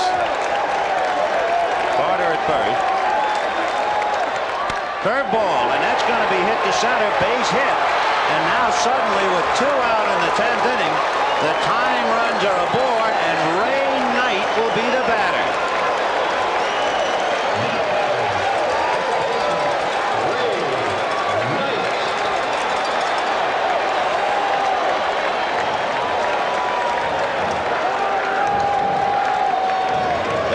Have been very important for 24 victories during the regular year. They were very important for 7 innings tonight. And now all Roger Clemens can do is fold them and watch. Bill Fisher going out to talk to Calvin Schiraldi. And of course that second run that appeared to be window dressing. the double by Boggs and the single by Barrett. That second run now becomes a tremendous weight around the necks of the Mets. There really isn't a whole lot of strategy right about now. He's just reminding everybody of the situation. The big guy is Mitchell over there at first base. The Mets left 2 men on base in the 8th. They left 2 men on base when they had a chance to win it in the 9th, and they have 2 men on base in the bottom of the 10th. Knight is 1 for 3 with a walk. Strike with a fastball at the knees. 0-1.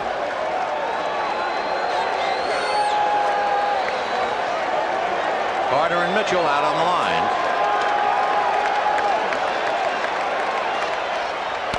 Little roller up along third. Boggs is going to let it roll. It goes foul.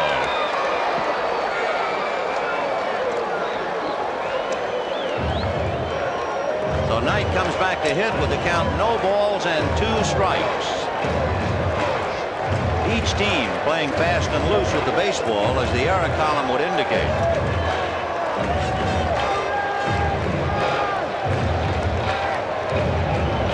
Zambito and Stanley are standing up in the bullpen for John McNamara, but neither man is throwing.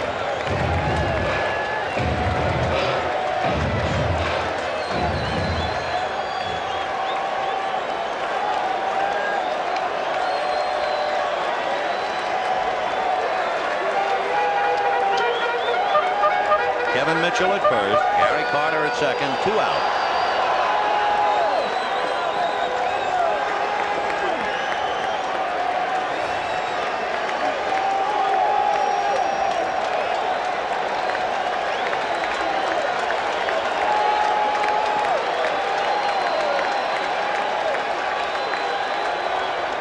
And that's going to be hit into center field, base hit. Here comes Carter to score, and the tying run is at third in Kevin Mitchell.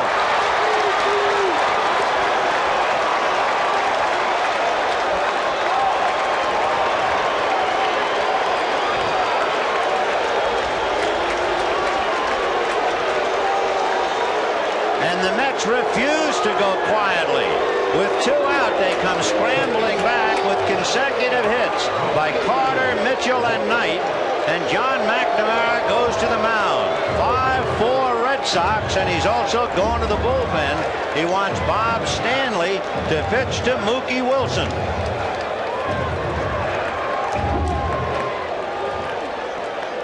So the Mets, 39 times they came from behind to win, are battling to stay alive. Calvin Giraldi couldn't do it, and it's up to Bob Stanley, and it's up to Mookie Wilson, and the crowd is alive again, and Rick Aguilera praying that he'll get off the hook. Mookie Wilson struck out, single to right, grounded out, and then sacrificed, and that was the bunt that Gedman fielded and threw high to Spike on at second base. Dale Ford just checked that ball, rubbing it. Now he's going out to talk to Stanley. I wonder what that's all about. Stanley throws, among other things, a palm ball. You have the tying run 90 feet away in Kevin Mitchell, and the possible winning run at first in Ray Knight. And here's Mookie. Fouled off.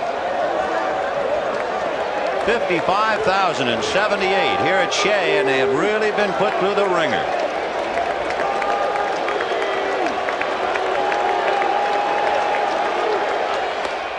One ball, one strike.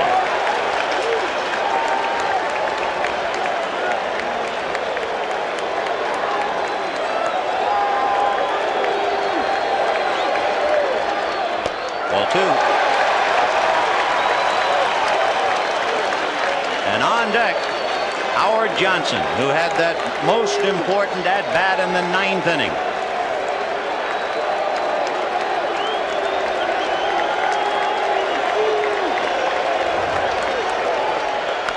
Fouled away, 2-2.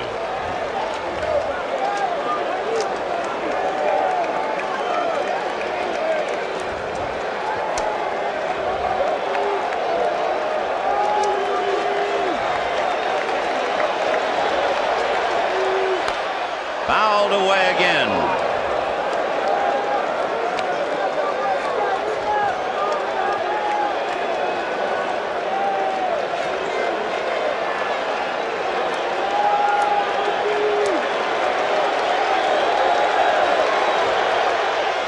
Fouled away.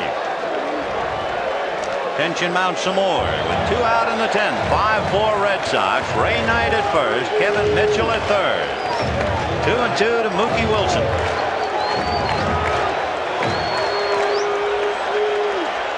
And it's going to go to the backstop. Here comes Mitchell to score the tying run, and Ray Knight is at second base.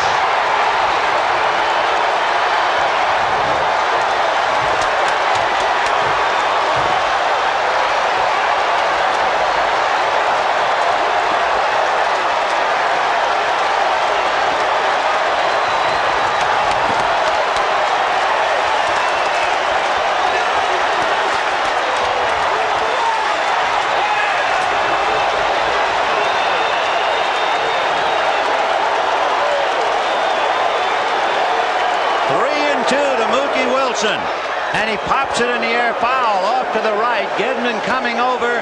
He will not have a play. That was a wild pitch. Way inside. Gedman reaches for it. You see he hardly moved as far as shifting, and it gets by him. A wild pitch. Apparently not near where he was looking for the pitch. 5-5 in a delirious 10th inning. Line drive foul. And Marty Barrett was out of position because they had Knight really picked up, but Stanley didn't see him. There it is again. You see, he just reaches for the ball. Down goes Mookie. It kind of sailed inside. And here comes Barrett in to talk to Stanley, because had Mookie hit just a weak ground ball, Barrett was way out of position because they had a good chance to get Knight at second base. Can you believe this ball game at Shea? Oh, brother. So the winning run is at second base with 2 out, 3-2 to Mookie Wilson. Little roller up along first, behind the bag. It gets through Buckner. Here comes Knight, and the Mets win it.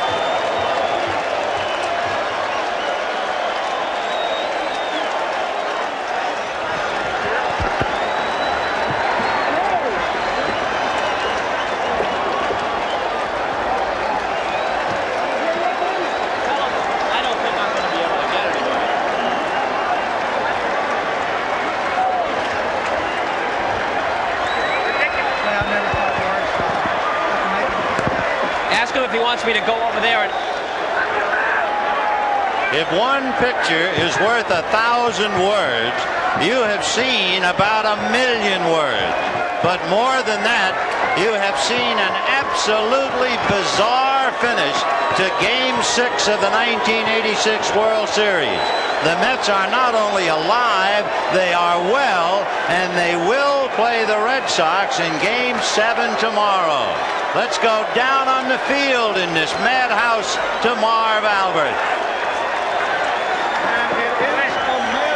The Mets were one strike away from elimination. Mookie, have you ever seen anything like this? Dave, this whole postseason play has been unbelievable. But you got to give credit to the guys. We don't give up, and the nice and perfect example. We could have easily folded, but everybody battled back. And it was up to me to do my part, and I did the best I could. What went through your mind as you saw that bouncer going in the direction of first baseman Bill Buckner? My only thoughts was to beat the pitcher there. And I thought I had a good chance of beating the pitch, and I think Buckner saw that too, so maybe tried to rush a little bit. And that was it. I knew it wasn't a very hard hit ball, but it had the angle and the spin. All right, and off the angle and the spin, the man to my right, Ray Knight, scored the winning run. And Ray, you are totally exhausted. Marv, I am. This is an emotional thing. Physically, you get tired, but mentally, after I made that error and gave him a go-ahead run, I just never felt worse in my life, and I just kept hoping that I'd get up there. This is a game of redeeming features, and thank the good Lord I had the opportunity, and then I wasn't the GOAT. But you don't care about making errors, but you want to win, and we put our heart into this. And I'm just exhausted. I'm happy, but I've never been more tired than I am right now. Ray, you mentioned the word GOAT. You went from potential GOAT to hero with the bad throw in the 7th inning. Well, no doubt about it. I laid back on the ball to get the good hop, and it took a little funny hop, and I had a bad grip on it and threw it wild. You never want to make an error in that situation. And I said, if there's any justice in this world with the season I've had and what I came back from, I'll get a chance. And I got that chance, and the good Lord was on my side. Didn't hit the ball that good, but it went in there for me, and here we are winning. And I don't worry about the error. I'll never worry about that error again, but it's been a tough winter for me had we not come back. All right, 2 outs, 10th inning. You're down by 2 runs. You guys are sitting on the bench. You were down. Did you think it was all over? I didn't. I honestly didn't. I came in and I said, we've scored 2 runs before, guys. Let's just get it going. Even with 2 outs, I really said a little prayer to get Gary base hit. He got the base hit, and Mitch got the big hit. I got 0-2, and I just tried to concentrate, and I didn't get much of the ball. I got a hit. We've come back all year when we've had to. I know the character from this ball club, Marv, and I never say die with this club, and I'm not surprised. I just thank the good Lord, because you just wonder how many times it can happen. All right, what does the victory here tonight mean for a 7th game tomorrow night? I think it's the way that we won it. We came from behind, which is the first time I think a team in this series has come from behind to win a ball game. And I don't believe it's that there's momentum, but I do believe that mentally we got to be really up for tomorrow after coming off and beating the best. And we have to take all can now, and we got a pretty good pitch ourselves going. Do you feel good about going against a guy like Oil Can Boyd, who certainly has had his ups and downs and had his difficulties against the Mets at Fenway? Well, I tell you what, if you don't feel good about getting into Game 7 after being two runs down with 2 outs, boy, what can we ask for? It's like a rebirth, and we just come out tomorrow, and everything has to turn to our side. But we know the same thing can happen to us. Funny game. I'm thankful we're there tomorrow. I can't think anymore. I'm numb.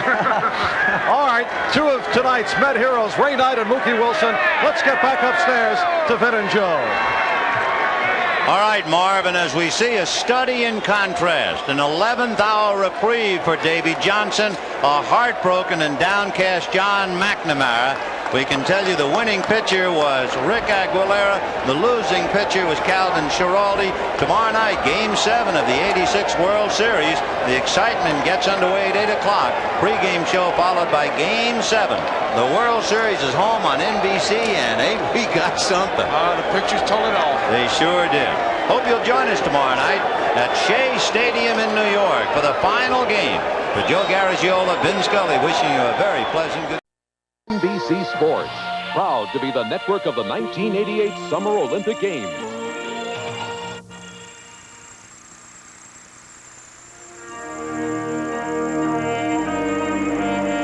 The 1986 baseball season comes down to this: the 7th game of the World Series between the Boston Red Sox and the New York Mets.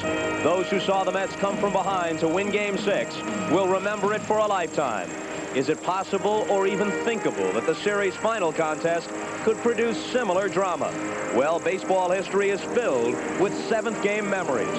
Enos Slaughter's gamble, Sandy Amoroso's catch, Bill Mazeroski's homer, McCovey's liner clutched by Richardson. And here we are again. Game 7 next. NBC Sports presents the World Series, an inside look. No rain falling at Shea Stadium right now. Game time temperature will be about 53 degrees. A damp and chilly night, but we expect to be able to play Game 7. Hello again, everybody. I'm Bob Costas. There's also some fog rolling in from out there, but I don't think it will affect things tonight. There is very little, if any, wind. The infield was covered, so it's in good shape. The outfield is damp but firm. Game 6, as you know, exhausted all superlatives. All that's left to talk about concerning Game 7 is the strategy, particularly the pitching matchup. Davey Johnson will go with Ron Darling, of course. He has an extra day's rest, now working with 4 days between starts. But the rainout last night allows John McNamara to switch from Oil Can Boyd to the man who has been his postseason ace, left-hander Bruce Hurst, on 3 days' rest. Earlier, I talked with McNamara. You've been asked this before. Here it is again. You're thinking on not hitting for Buckner with Baylor late in the game on Saturday and then not replacing him with Stapleton in the field. Well, we had a one-run lead, 3-2 lead with the bases loaded. Billy Buckner drove in 102 runs for us during the course of the season against both left-hand and right-hand pitching. I did not think it was right to use both my pinch hitters, Greenwell and Baylor, in the 7th inning. If it came to a tie, nobody's available down the line. Defensively, if it was a case where range or whatever, Buckner couldn't get to the ball, then I would be subjected to a second guess. He is in front of the ball went through his legs, he just didn't catch it. He's the best defensive first baseman I have. 10 seconds or less. With the rain out yesterday, I would take it you would have preferred playing right away, coming off the emotional victory while the Red Sox were down following the miracle of Game 6. No doubt about it. Plus, we'd rather have gone against Old Can Boyd, a right-hander, and I could have gone with my stronger lineup, but we'll take it. All right, it will be against Bruce Hurst tonight, and there will be baseball played here at Shea, and it will be the final game of the 1986 season.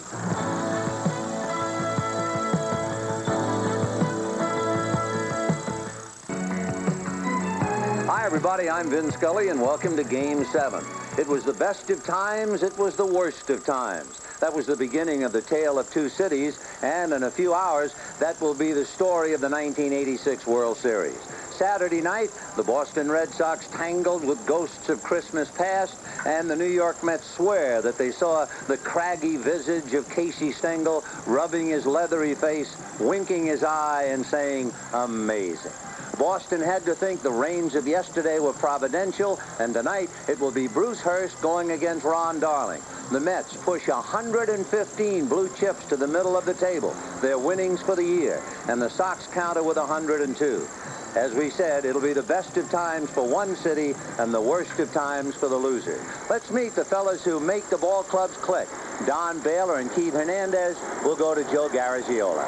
Here's the way the Mets stack up defensively. And there are some changes. Kevin Mitchell is in left field. Mookie Wilson is in center field.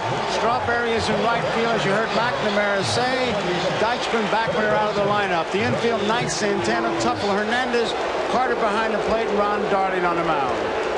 Ron Darling, a 15-game winner during the year, is 1-1 in the World Series. He was 1-0 in the playoffs. And as you might remember in the series, he has not allowed an earned run to Boston in 14 consecutive innings. Wade Boggs, Marty Barrett, and Bill Buckner, and here we go. Ball one.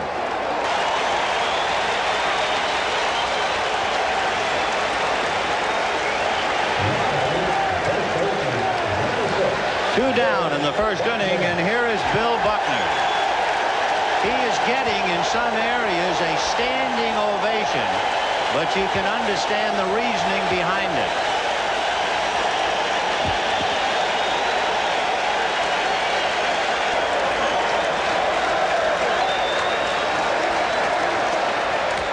And there's a hopper into right field, base hit for Buckner. So a two-out single to right by Bill Buckner will bring up Jim Rice. And that's line to right. Strawberry going to his left. Backhands it. No runs, one hit, a man left at the end of half an inning. Sox nothing. Mets coming up. Dykstra and Backman sit down. So the Mets line up with Wilson, Tuffle, and Hernandez. Carter, Strawberry, and Knight. Mitchell, Santana, and Darling. And Bruce Hurst, a 13-game winner during the year. 3-0 in postseason games. A brilliant earned run average of 1.7. And a ground ball to the right side to Marty Barrett. One pitch, one away. After the Red Sox had clinched, you get an indication of how well he's been pitching. That's line to center. Henderson will flag it, and the inning is over. Hurst has made 11 consecutive quality starts. And at the end of an inning, no score.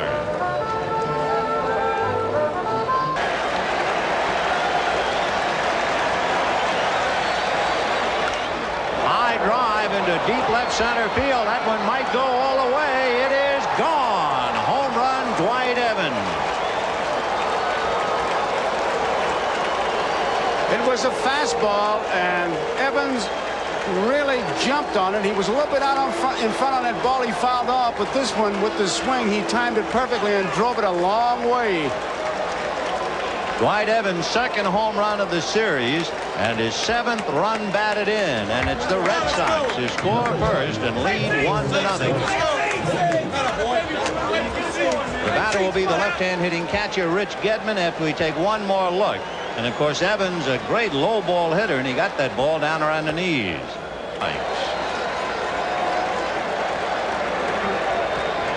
And that's a drive into right center field. Strawberry going back to the wall. At the wall, leaps in the air. One hands it. No, he missed it. The right hand of Dale Ford started up and then circled to indicate home run. And Strawberry coming with an inch. It's gone, and the Sox lead 2-0. We've seen a number of these plays. He gets the glove on it. His glove is over the fence. It looks like he's going to rob Gedman as he finds the fence of the home run. He gets above it. It hits the glove, and then his arm appears to hit the fence. Over it goes. He was looking for it and realizes he doesn't have it. We saw Henderson do that in the playoffs. We saw Dwight Evans do it, and now here's Strawberry. So it is 2-0 Boston on back-to-back home runs by Dwight Evans and Rich Gedman. The batter is Dave Henderson, who takes ball one. For Ron Darling, his string of consecutive scoreless innings ends shockingly after 15. Strawberry really thought he had that, but so did I. He grabbed nothing. This was the non-catch of Dwight Evans in Boston. Got his glove on it, arm hits the wall, and out it goes. We've seen that 3 times. Henderson, Evans, and now Strawberry. Inning, and they hit 2 out in the second inning. And there's ball 4 to Henderson. Darling has now walked 10 men in the series, and Mel Stottlemyre going out to talk to him to see if he can find the solution. And there it is. And it's overrun by Knight, picked up and thrown by Darling for the out. Knight looked back at the turf as if it had done him wrong, and he can be happy that Darling backed him up. He's charging so hard, it could have been really a routine, easy play for him, and he elects to go one hand with it, and it takes a little bit of a bad bounce. Remember earlier we talked about it. The ground crew did a great job in getting this field ready, but they really had to put a lot of topsoil, extra sod on it because of what they did when they clinched it. And Darling, a good fielder as a pitcher, backing up to play, and they get their man at first. If you're scoring, Knight did not touch the ball. It is basically a 1-4 sacrifice. And now here's Wade Boggs. Henderson at second. 2 runs in, 2-0 Boston.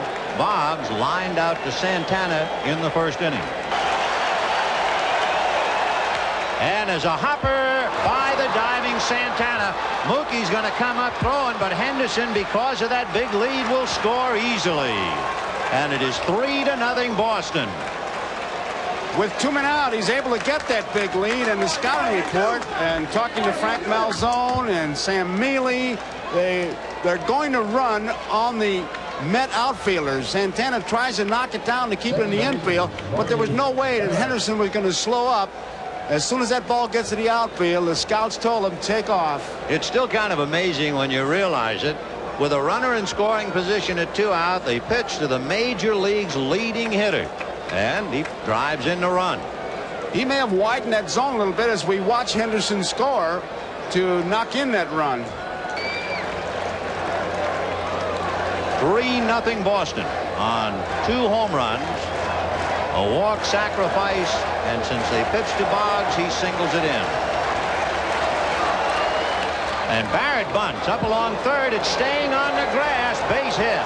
Once it grabbed that grass, it was going to stay there. It looked like for a minute it was going to get to the dirt part. Had it gotten there, it would have rolled foul. And he's in the middle of it for the big guys. And left-hander Sid Fernandez loosening up. 1-0. And that's going to be hit to left center, but Mookie on his horse and flags it down. However, the Red Sox get 3 and lead 2. And at the end of an inning and a half, the Red Sox 3 and the Mets nothing. 0 Boston. Gary Carter to start it off, and he bunts. Down to get it is Hurst. Full turn, and the throw got him. And that's the best fastball Hurst has thrown in 3 games. He really reared back and pumped that one because the bunt was a good one. And with Boggs back, Mets are trailing by 3. You expect Carter to really take a big cut. He catches everybody except Hurst by surprise, and does this big guy crank a fastball. Look at that. Fastball and a one-hopper into center. Base hit for Knight.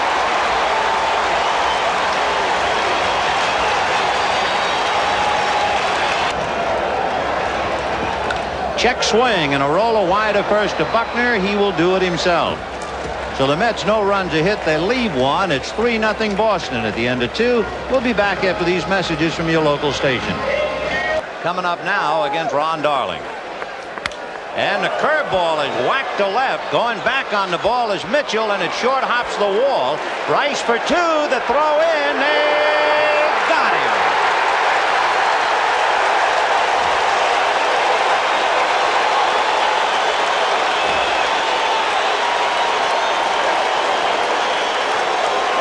Mitchell knows the ball's over his head. He plays the carom just perfectly, and keeping with the motif of running on the outfielders, Mitchell uncorks a strong throw, and Tuffle makes the tag on Rice. Look at Wendelstedt on both knees making that call.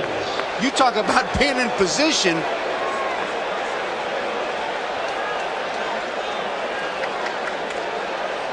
So a base hit to left at the base of the left field wall. 7-4 of your scoring from Kevin Mitchell to Tim Tuffle. That was your classic hanging curveball. Boy, it just hung up there. It's the Sampson theory, I guess. Ground ball back at first. Keith will bring it to the bag. So thanks to the strong and accurate throw of Kevin Mitchell, the Sox are gone in order. And at the end of 2 1/2, 3-0 Boston.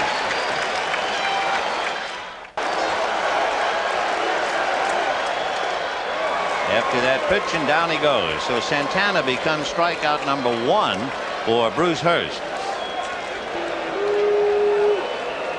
Fastball hit to right. Evans going back. Full turn. Makes the play. So Mookie takes him deep. But they're gone in order are the Mets. And at the end of 3, Red Sox 3, Mets nothing. And hit him. So Henderson trots to first with nobody out. Owen coming up. And by comparison, as far as the number of pitches, as we watch Henderson get drilled, Darling has made 57 pitches. He had 55 after 3 innings. Hurst in 3 innings, 29 pitches.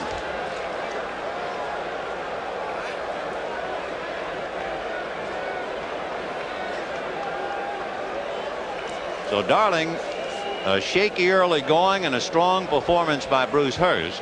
And you have Owen, Hurst, and Boggs coming up. Sid Fernandez is up for the 2nd time in the Mets bullpen. He hit a ball off his ankles for a base hit and an RBI. There's the bunt, and Knight has to go to first. Now let's see what they do with Boggs. And it can't be that situation. so many times you hear when you go out on a conference on the mound is don't give him any ball to hit. Davy Johnson on his way, and he's making a hook right now. So Sid Fernandez is going to be called in from the Mets bullpen, and Ron Darling has had it. So they pitched to Boggs in the second inning, and he burned them. He will not be burned again, and Darling is gone. 3-0 Boston. Ron Darling went 3 2/3 innings, gave up 6 hits, a walk, and a hit batter.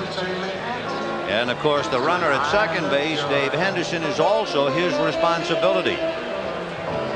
Sid Fernandez will be coming in, making his 3rd appearance of the World Series. He's worked 4 1/3 innings, an earned run average of 2. It is a calculated gamble, sending Fernandez head-to-head with the leadoff man Wade Boggs. And this time in under the hands to put him on. So Boggs walks, and that'll bring up Marty Barrett. Curveball hit to Strawberry. So the Sox lead 2. They have left 5. And at the end of 3.5 innings, the Red Sox 3, the Mets nothing. A 2-out single by Boggs made it 3-0. And a big overhand pitch takes care of him. For Hurst, his 2nd strikeout. He's got 3 pitches, and he's not afraid to go to any of them. He just changed speeds on the breaking ball, and he's way out in front. Over. 1-1. And he hits that pitch over to Marty Barrett. And so Carter is gone, the Mets are gone, and that's 7 in a row retired by Bruce Hurst. We'll be right back after these messages from your local station. 0-2 to Jim. Got him. He just blew him away.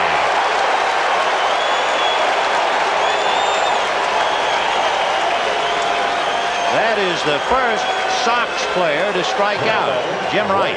And with 2 down, bases empty, the batter is Dwight Evans. 0-2. Got it. And that brings the crowd to its feet, and we'll see if a Mets pitcher can wake up the Mets hitters. 3-0 Boston. Hurst is really spotting the ball well, in and out, up and down. Great control of it, of the location of the pitch. When you talk to a scout about that, they say, well, he's got good control of the strike zone. Bruce Hurst leading 3-0 in the 5th. Got him.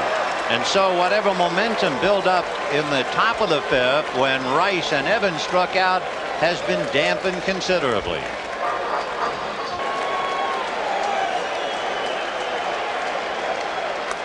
Got him.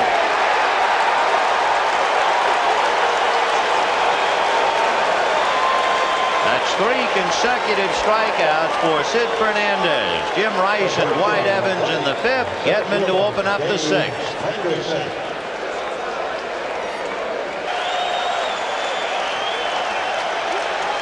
Off-speed curveball. Got him looking.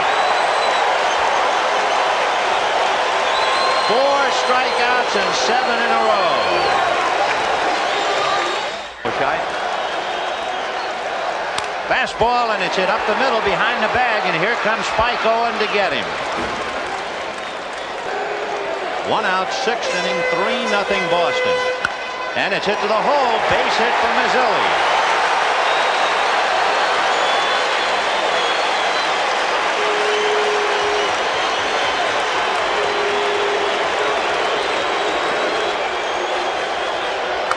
Line drive into left field, base hit. And the Mets are alive with 1 out in the 6th, and Tim Teufel coming up.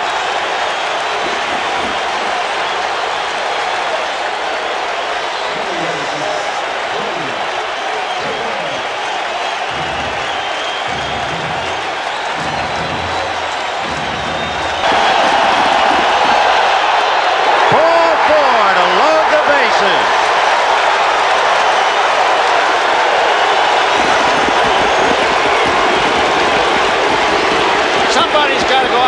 to Hurst. If nothing else to break the mood, somebody come in and just ask him how everything is. Johnny Mack. Yeah, somebody's got to do it. It's time for the boss to make the visit. Keith Hernandez has lined out to center and flied deep to right. He'll be the hitter. So here's Keith Hernandez. Bases loaded, 1 out in the 6th. 3-0 Boston. Mazzilli at third. Wilson at second. Tuffle at first. 1 out. Fastball hit into left center field. Base hit. In comes Mazzilli. In comes Wilson. Stopping at third is Tuffle. 3-2 Boston.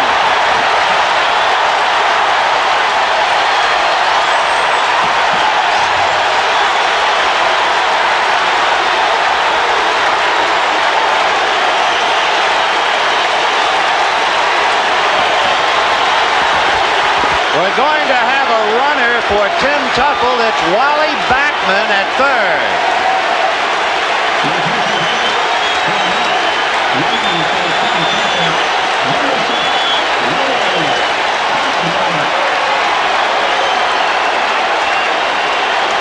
So there's Wally Backman running for Tuffle. Hernandez at first, and Gary Carter with the tying run 90 feet away.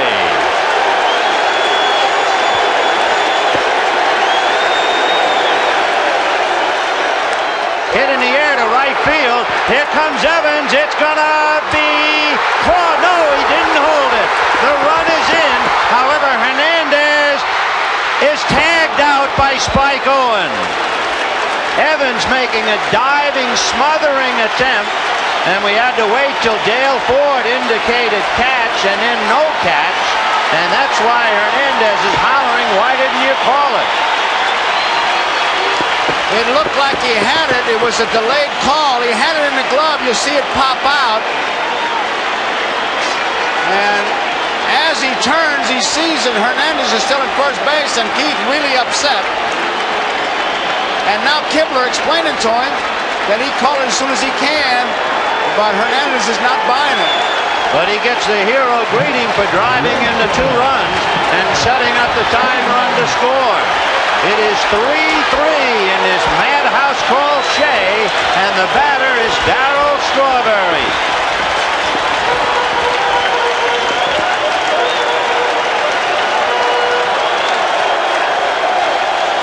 You can see Carter saying, "Go on, the ball's on the ground," but it's too late.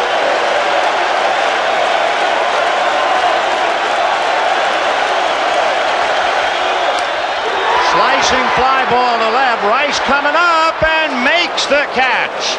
Holding on to the slicer at the last second. But the Mets get 3 hits and 3 runs. And at the end of 6, a 3-3 tie. We'll be right back after these messages from your local station. And if you would like to know about lightning striking twice, Keith Hernandez had a 2-run single in Game 7 in the 1982 World Series to tie the game 3-3. Tonight, he drove in 2 and set up the tying run. Tony Armas is coming up to bat for Bruce Hurst against the sinker baller Roger McDowell. And Roger will now be in 5 of the 7 games. He has no decision, an earned run average of 2.8. So Tony Armas will hit for Bruce Hurst. Sinker got him.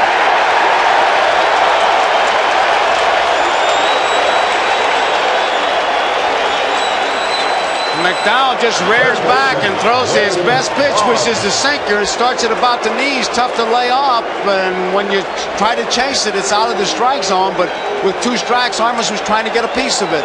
Here's Marty Barrett, flied to right, bunted for a hit, flied to right again, a chopper over the mound. Here comes Santana, got it.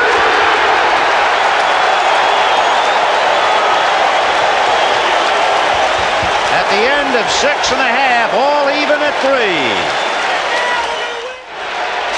with the crowd screaming, "Take me out to the ball game." A brief moment in the Mets dugout. Hernandez and Carter. And we go to the bottom of the 7th, 3-3. Oh, is it wild here? That's the way it should be. Two clubs battle down the line. It's the 7th game of the World Series, going into the 7th, 8th, and 9th innings. The 9 toughest outs in baseball, and everybody up on their feet. Calvin Schiraldi, the former Met, coming in to try and stifle the Mets. Bottom of the 7th inning. On deck, among others, as you see, Orozco. Knight will lead off, but Mitchell is going to give way to Lenny Dykstra. So it's going to be Knight, Dykstra, and Santana. And remember, Backman is in the game, having run for Tuffle.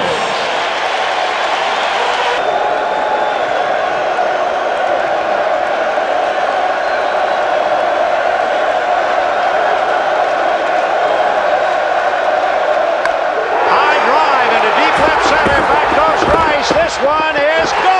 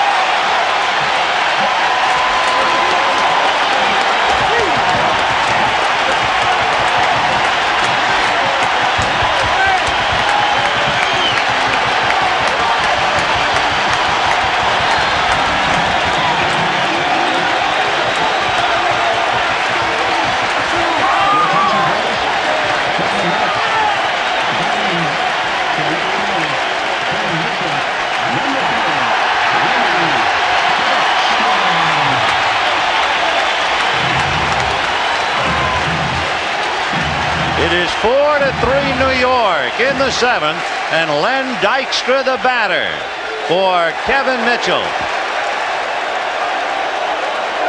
3-1. Line drive, base hit to right field.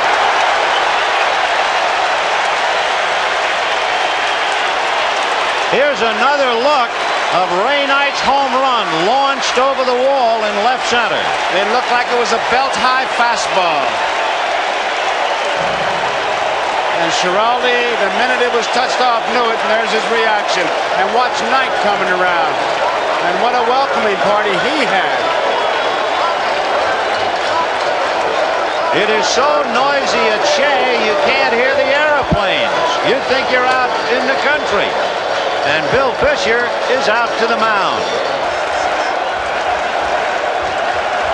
Dykstra not going on a pitch out, and it's a wild pitch. Dykstra to second base.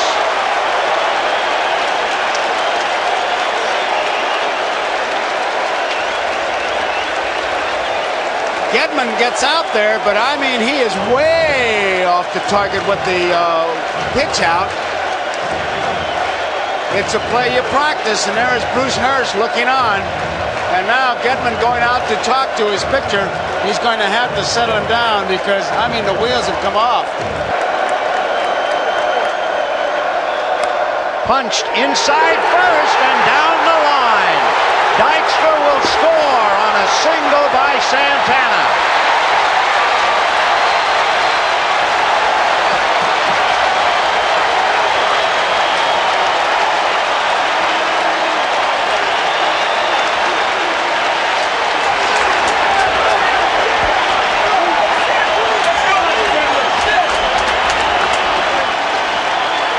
It's a manufactured run to the extent that Santana was going to at least get the ground ball to the right side. Schiraldi jammed him with the fastball, but trying to hit it to the right side. He gets the base hit, and of course Dykstra, looking like he was going to steal, gets the pitch out wild pitch in scoring position, and they still have it going.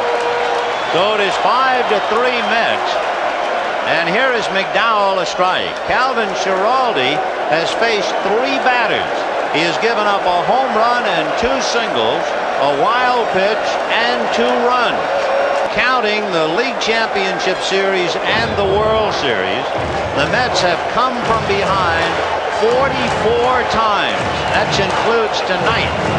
44. But on the other side of the diamond, you have a ball club that won 19 times in its last at-bat, including the playoffs, the Boston Red Sox. Ball 1. And Boston must be thinking, remember the 10th inning. Saturday night, we were leading 5-3. Now it's 5-3 New York, bottom of the 7th. The bunt to Buckner. No play at second, the out at first. I thought he had a play at second. I thought he had a play. He looked and all of a sudden decided not to go to second base. In fact, Barrett had snuck in behind first base, so he was well protected. In fact, I thought there was a play on.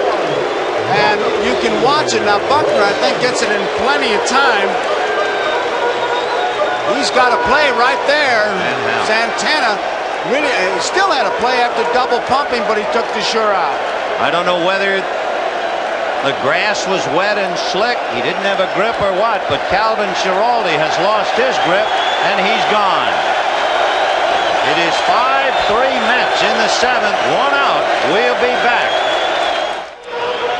Bob Stanley on the outside looking in, watching Joe Sambito walk Mookie Wilson intentionally with Wally Backman, the switch hitter, coming up.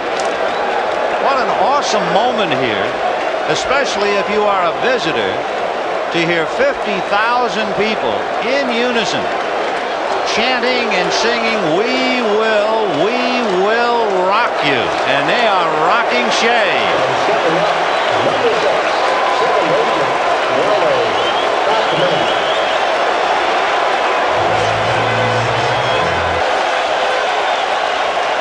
Runners hold.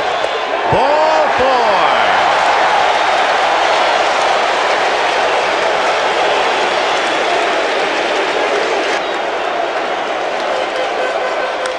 High fly ball to center. That's plenty deep. In fact, Wilson and Santana tag. Santana will score. Wilson to third. 6-3 New York.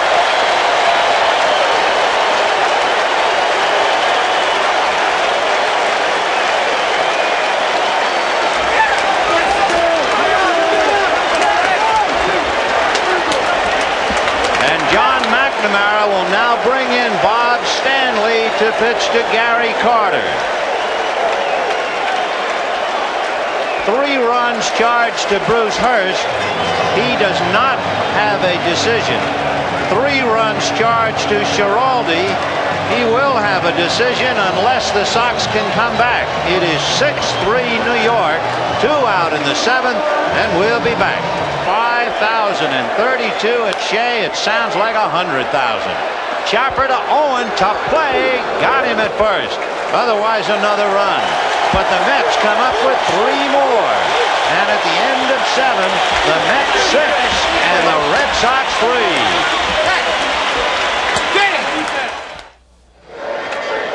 This telecast is presented by authority of Major League Baseball and may not be reproduced or retransmitted in any form without the express written consent of Major League Baseball.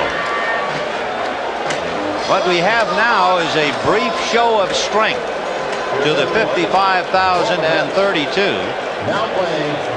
The policemen on horseback, along with police in the stands,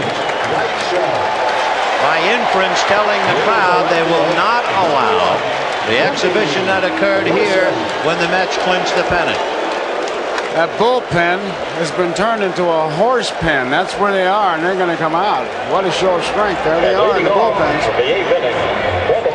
And we can only hope that if and when this crowd celebrates, they will be dissuaded from any wild acts. Because from what they tell me, when the Mets won the pennant here, it looked more like sharks at feeding time. The Sox jumped out to a 3-0 lead, and there's a looping single to left. That's only the second hit for Boston since the second inning. So they just stopped completely, and the reason they stopped so completely was the performance by left-hander Sid Fernandez in the 4th, 5th, and 6th innings. Line drive gets on by as it explodes, and McDowell now is in trouble. A low ball pitcher against a low ball hitter who represents the tying run, Dwight Evans, and nobody out. And that's going to be hit into right center field. That's a base hit. And even Buckner on one leg will score easily. And let's watch Rice. They're going to wave him in. Backman has no play, and the Sox have come back with 2, and the Mets lead is now 6-5. And the tying run is at second base with nobody out. Evans really plugged the gap in right center field. Dykstra in center field, shading him a bit towards left center, a lot of room. And watch Buckner, he sees it fall, and here he comes. It rolls all the way to the fence, and Buckner able to score, as did Rice, easily. And when you can score Buckner and Rice without a play, and Backman had no play whatsoever, you know that ball was hit deep into right center, and that's going to be all. Roger McDowell, who has appeared in 5 of the 7 games, has had to leave. Jesse Orosco will be coming in to pitch to Rich Gedman. Hold on to your hats. We'll be back.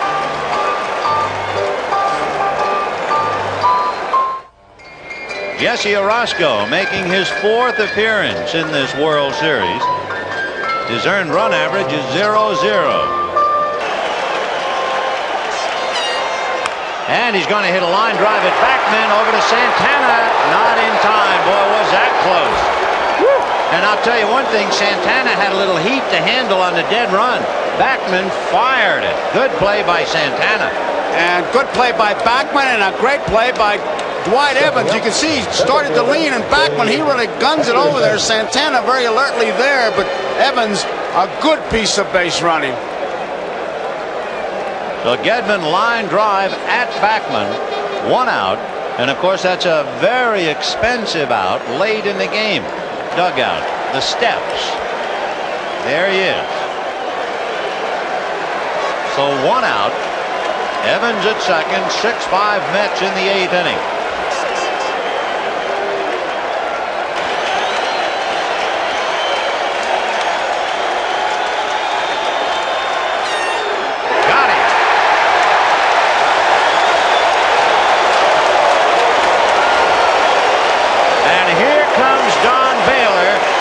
For Spike Owen. There is Orosco throwing the curveball. There was no way Henderson was going to see a fastball. The target was the right kneecap, and Carter making the save on that one that bounced there was a big play that time at bat, because Orosco comes back with the strike. And now they're having a big meeting on the mound as to what they're going to do with Baylor. Baylor has had 10 at-bats in the series. He has 2 hits. One of the 2 hits a double. Ground ball to the hole. That's where Santana was playing him. Got him.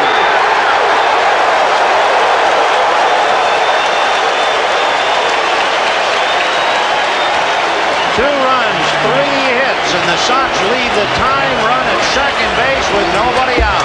6-5 New York. Yes! It is head-shaking time for a frustrated and disappointed Don Baylor as we go to the bottom of the 8th inning.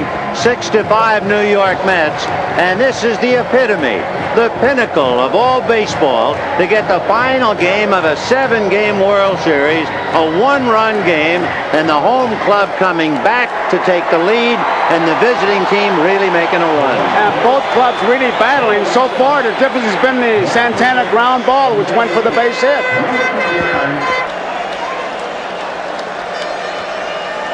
In the bottom of the 8th inning, 2 changes for the Red Sox. Al Nipper is on the mound, and Ed Romero is at shortstop. If you're keeping score, put Nipper in the number 8 spot, occupied by Owen.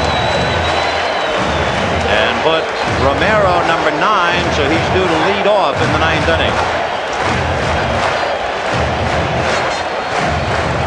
Hernandez, Roger McDowell, and Jesse Orosco. And one of the big questions will be whatever happened to Oil Can Boy.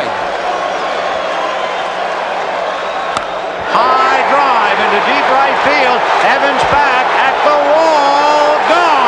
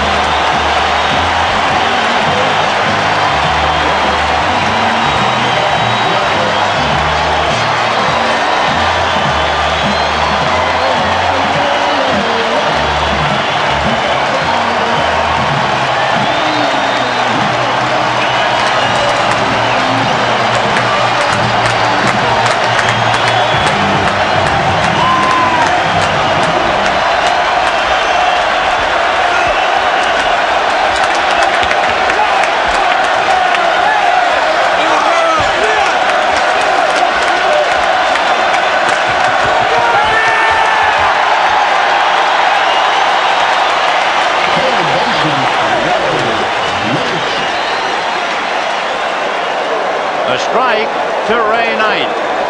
Knight, who singled to center, grounded to short, and homered in the 7th inning. 7-5 New York. And if you are young Darryl Strawberry, you must sit in the dugout and think, take your Darryl, Darryl.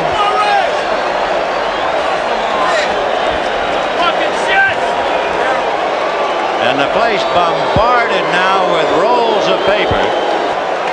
Here's another look at that skyrocket, a towering drive that went out at about the 370 sign, and he knew it immediately. It'll take him about 20 minutes to go around the base pad. Oh, he really took his time. It was one of those majestic home runs, a towering drive, and he was going to enjoy it as much as anybody. That's the look in Game 5 when the whole right field stance. Darryl, Darryl.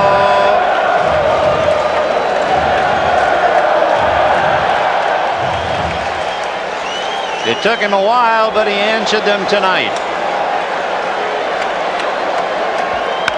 Up the middle, base hit for Ray Knight.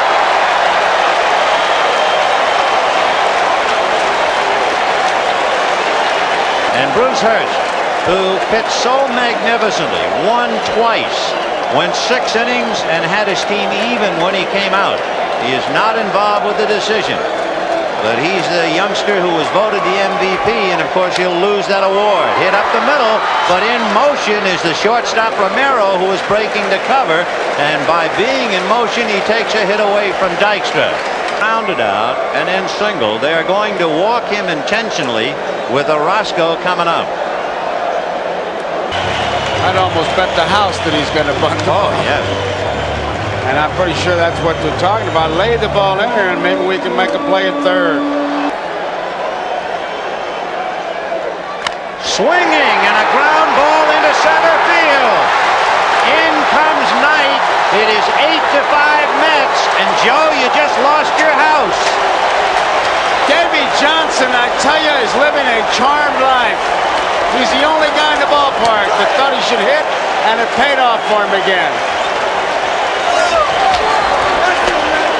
That had to be an invitation, of course, with Boggs charging the plate, Romero breaking to third. There just wasn't anybody there capable of handling a ground ball. And Orosco does it perfectly. He just puts the bat on the ball, and everybody's moving. The closest man was Marty Barrett. And you've got to take your hat off to Davy Johnson once again. He walks that fine line. He did it the other night by not bunting with Howard Johnson. Got away with it and gets a big base hit here. John McNamara bringing a hook with him, I believe. He'll go to Steve Crawford. And we shall return.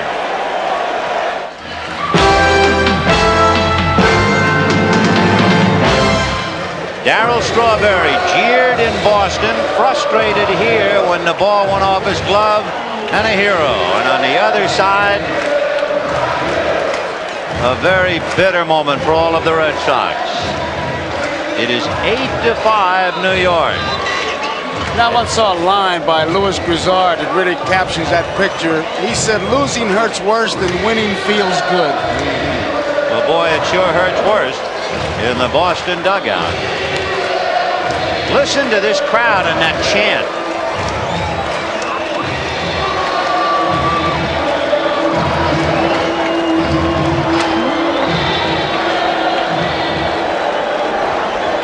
That was Al Nipper with his face buried in the cloth.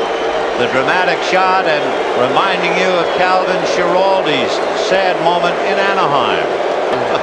0-1. Hit him. Yep, he goes to first. And that will load the bases. Mookie's quick, but that one nailed him. It was Mookie, you remember, at the plate on the wild pitch.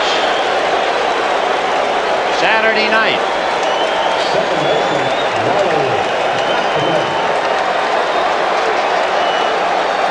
Here's Saturday night. The pitch that didn't hit him, thrown by Stanley, that went to the backstop. Ground ball and a broken bat. Barrett to the plate for the force to Gedman. And Santana is erased and everybody moves up 90 feet. And there's one hit and short hop by Barrett. Keeps it in front of him and throws to Buckner. And the inning is over, but the Mets get 2 more. And at the end of 8, as the champagne gets colder, the Mets 8, Red Sox 5, and they're 3 out from pulling the cord. The culmination of the impossible dream in 1969, a fly ball to left field for the last out, and the Mets are the world's champions. What made it interesting, the batter who made that last out is right there. The manager of the Mets, Davey Johnson. He was also the last player to get a base hit off Sandy Koufax in the 1966 World Series. But now let's see if the Sox have anything left. They rallied gamely in the 8th when they were down by 3. They had 2 singles and a double to get within 1, and they left the tying run at second. Now in the 9th, Ed Romero, Wade Boggs, and Marty Barrett against Jesse Orosco. The culmination of the impossible dream in 1969, a fly ball to left field for the last out, and the Mets are the world's champions. What made it interesting, the batter who made that last out is right there. The manager of the Mets, Davey Johnson. He was also the last player to get a base hit off Sandy Koufax in the 1966 World Series. But now let's see if the Sox have anything left. They rallied gamely in the 8th when they were down by 3. They had 2 singles and a double to get within 1, and they left the tying run at second. Now in the 9th, Ed Romero, Wade Boggs, and Marty Barrett against Jesse Orosco.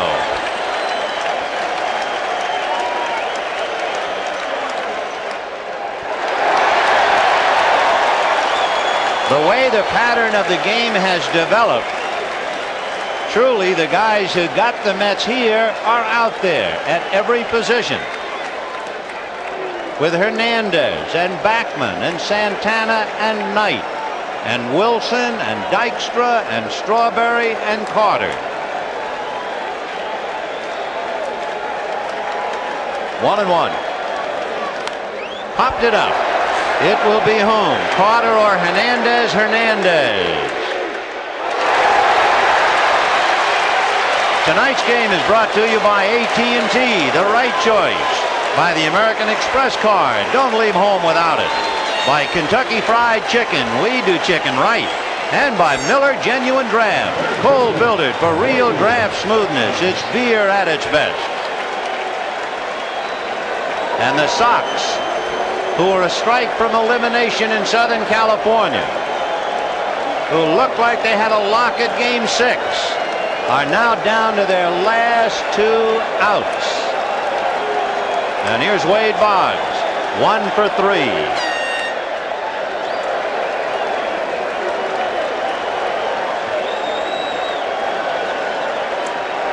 When this game ends, we will visit both clubhouses and we will have tributes to each team. As well we should, as each team merits a tribute.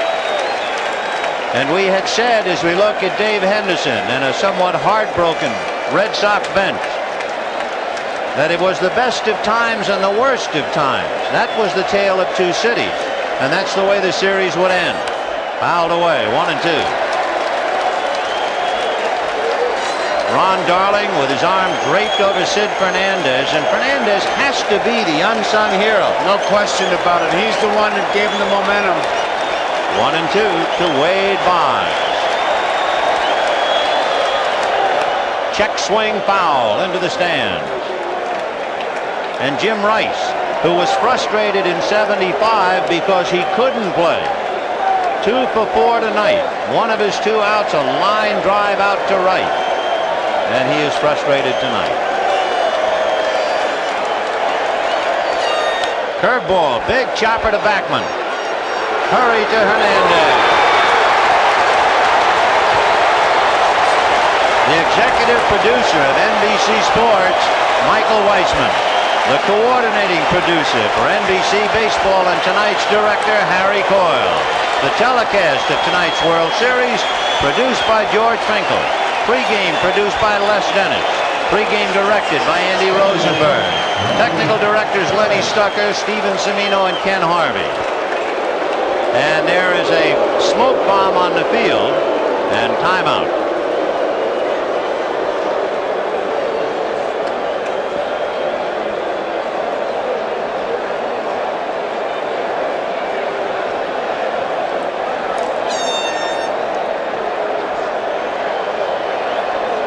Eight-5 Mets, 2 out, bases empty in the 9th inning. And this crowd of 55,032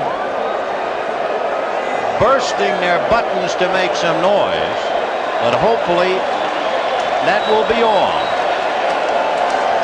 Standing in the way is Marty Barrett.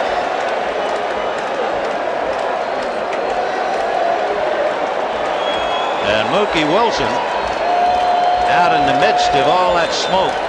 So timeout. An oil can Boyd, who was supposed to pitch game 7, and then the rains came. And Wade Boggs, the major league's leading hitter, can just sit and think of what might have been.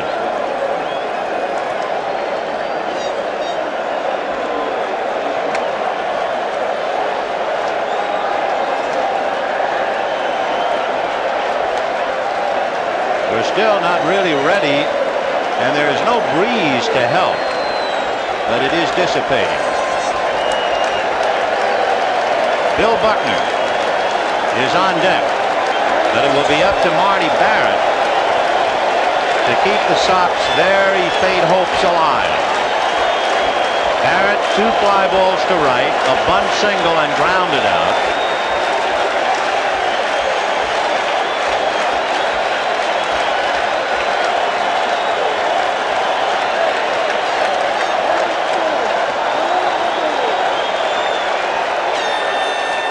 Strike.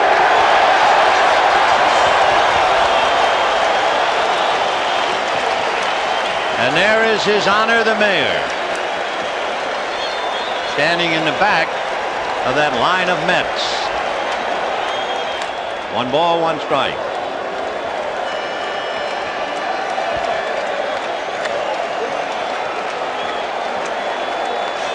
They have planned a ticker tape parade for the Mets tomorrow if they win tonight. They're going to check it first. No swing, says Jim Evans.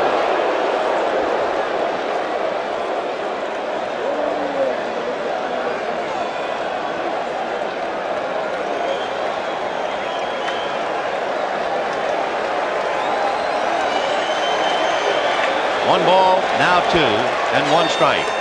Half swing. That's going to cost a strike. And the Sox are down to their last strike. And this crowd is really ready to reach the heavens now.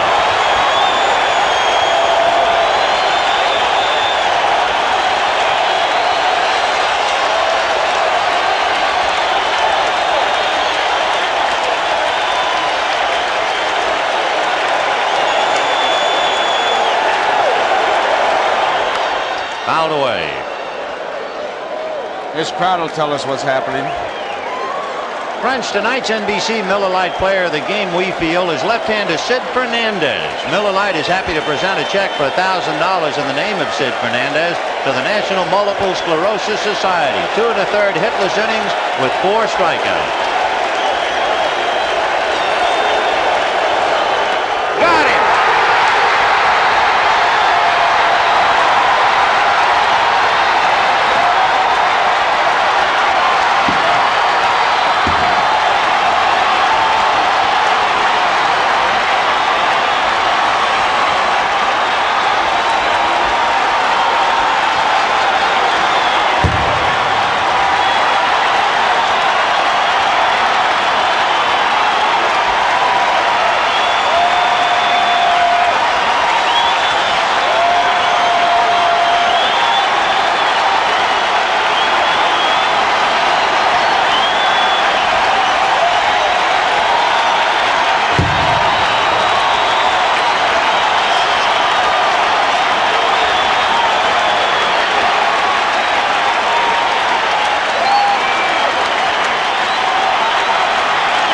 Ladies and gentlemen, the 1986 World Champion New York Mets.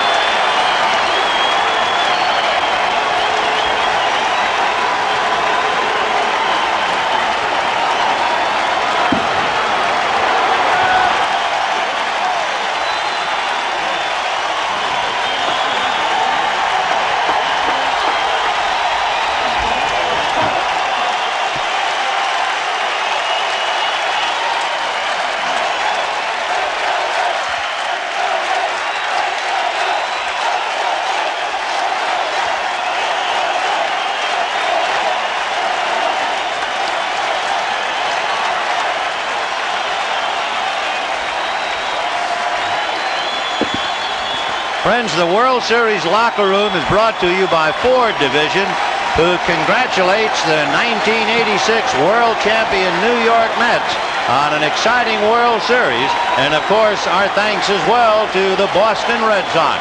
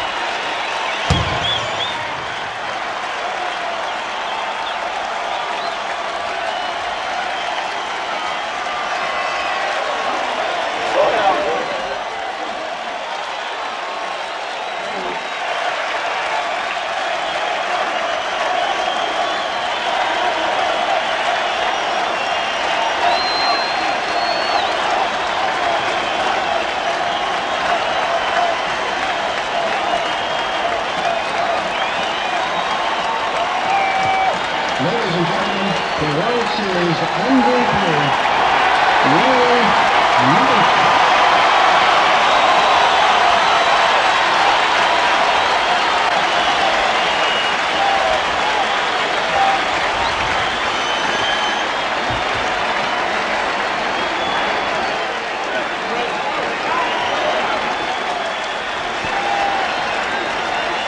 All right, we are in the victorious Met clubhouse, even as we look at Wade Boggs on the Red Sox bench.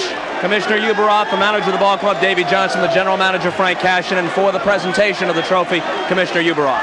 Very quickly, I'm pleased to tell you that there's a wire from the President of the United States congratulating the Mets. He's watched all the games. He's very happy to congratulate you, and he's invited the entire team, everyone from the organization, to the White House.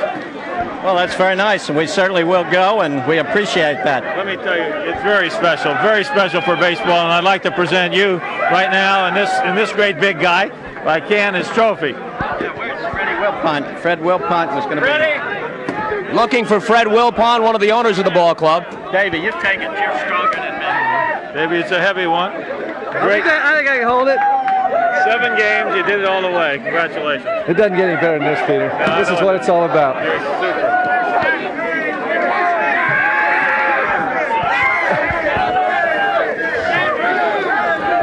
Frank, we'll start with you. You were the architect of bringing this ball club along in a few years' time from a last-place team to a team that won 108 during the regular season and now reigns as world champions. Your thoughts? Well, my thoughts are that we had great ownership. Mr. Wilpont, Mr. Doubleday give us the time to really rebuild this ball club, and people like Al Harrison and Joe McIlvain and Steve Shriver and Harry Minor, plus Davey and some great ball players, we were able to do it. So we'll always be appreciative of the ownership, and it's great to be a winner, as you know. And I thank the fans of New York and the people everywhere that supported us.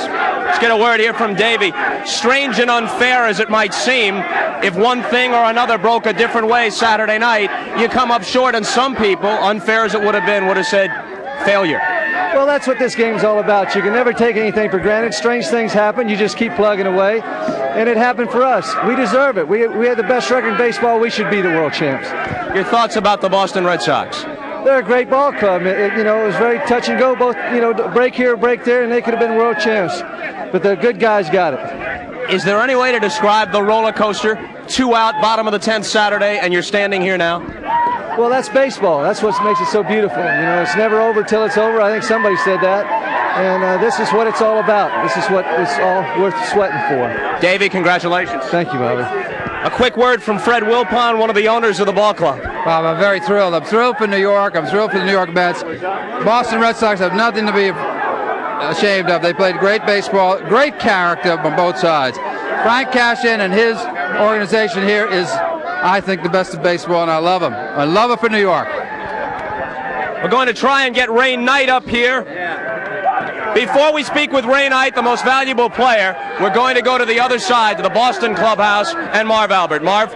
All right, Bob, and this man to my right, Bruce Hurst of the Red Sox, who had a splendid World Series, winning 2 games, not able to do it tonight, but on Saturday night, at one point, you were actually voted most valuable player of the series before the game was over. I know this has to be a difficult moment for you. Well, I'd rather trade all that stuff for the World Championship. We battled hard all year long, and we came back, and today we tried, but we just didn't have enough, and you have to tip your hat to the Mets.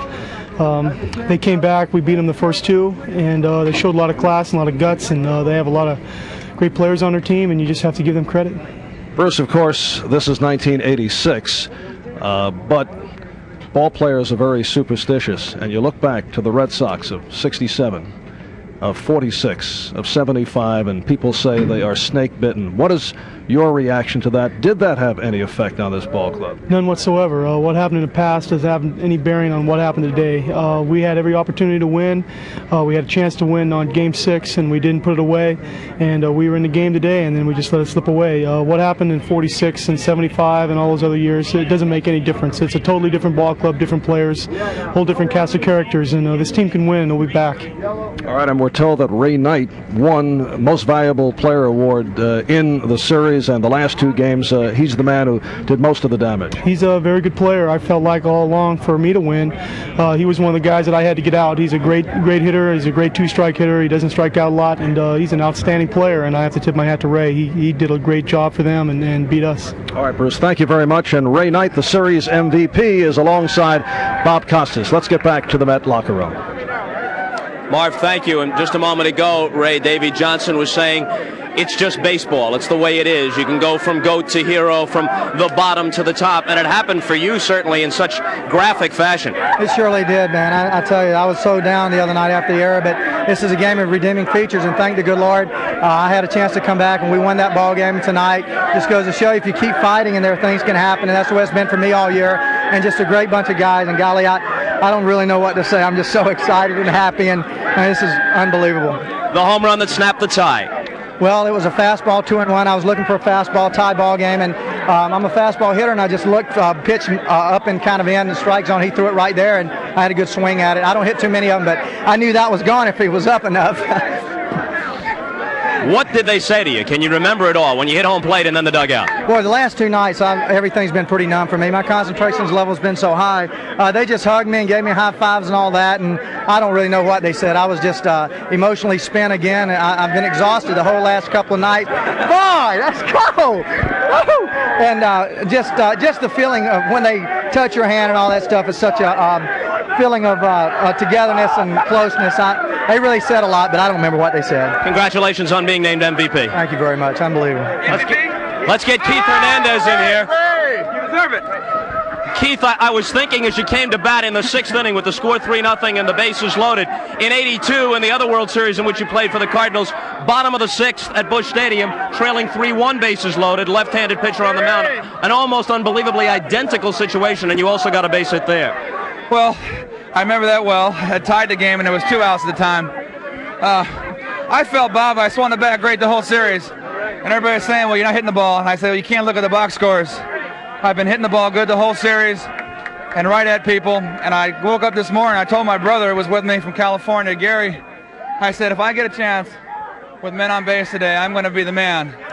And it just worked out great that way. I was at bat, I was so confident and relaxed.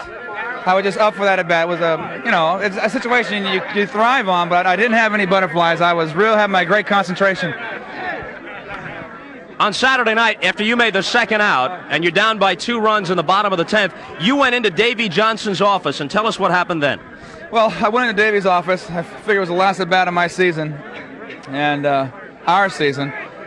And I grabbed a Budweiser. Augie Bush will love that. And drank a Bud and sat in Davey's director's chair.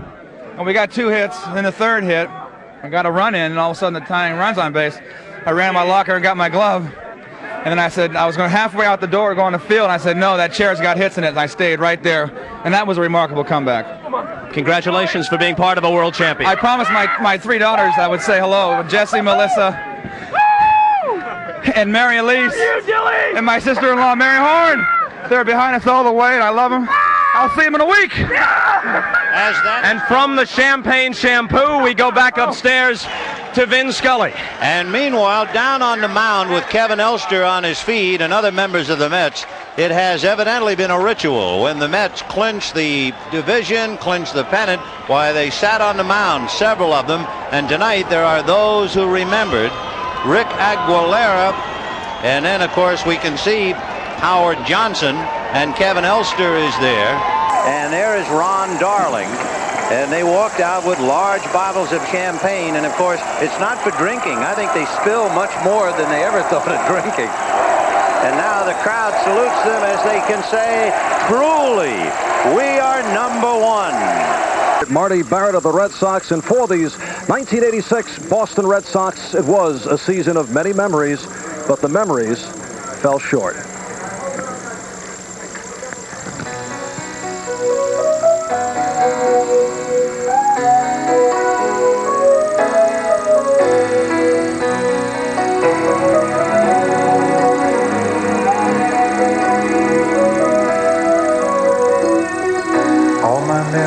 Safely packed, and my dreams are neatly folded away. I've got nothing to show that I came very close to a love that might have worked out okay. All the tables and chairs, they stand empty and bare, and there isn't any sign you were here. So just walk to the door and try not to get too near. You might look in my eyes, see all the pain, the sadness deep inside.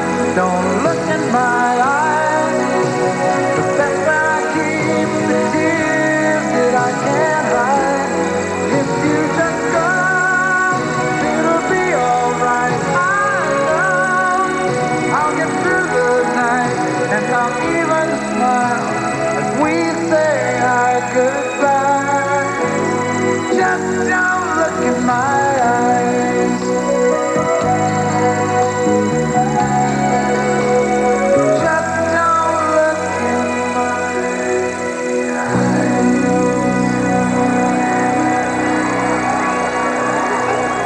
Hey, Wade. Hey, John. Hey, Bruce. Hey, Calvin. Hey, Boston. Hold your head up. You gave it your best shot and came up a buck short. We'll be right back.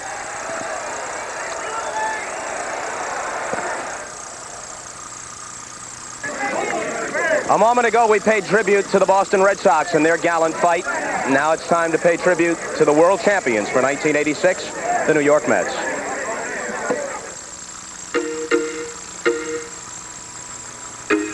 I can see the glow of a distant sun. I can feel it inside. Maybe this day could be the one. I can hear the roar of a distant crowd. They are waiting for me, calling my name, shouting out loud.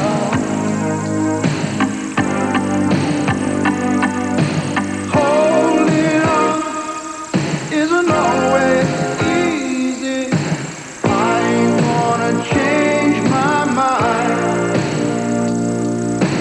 Dying light, you were all I ever wanted since it all began. Dying light, shining on me, telling the world who I am. Dying light, don't let me slip right through your fingers. There's a long way to fall. Maybe the road's not easy. Maybe the prize is small. After all the years of waiting, I'm gonna show them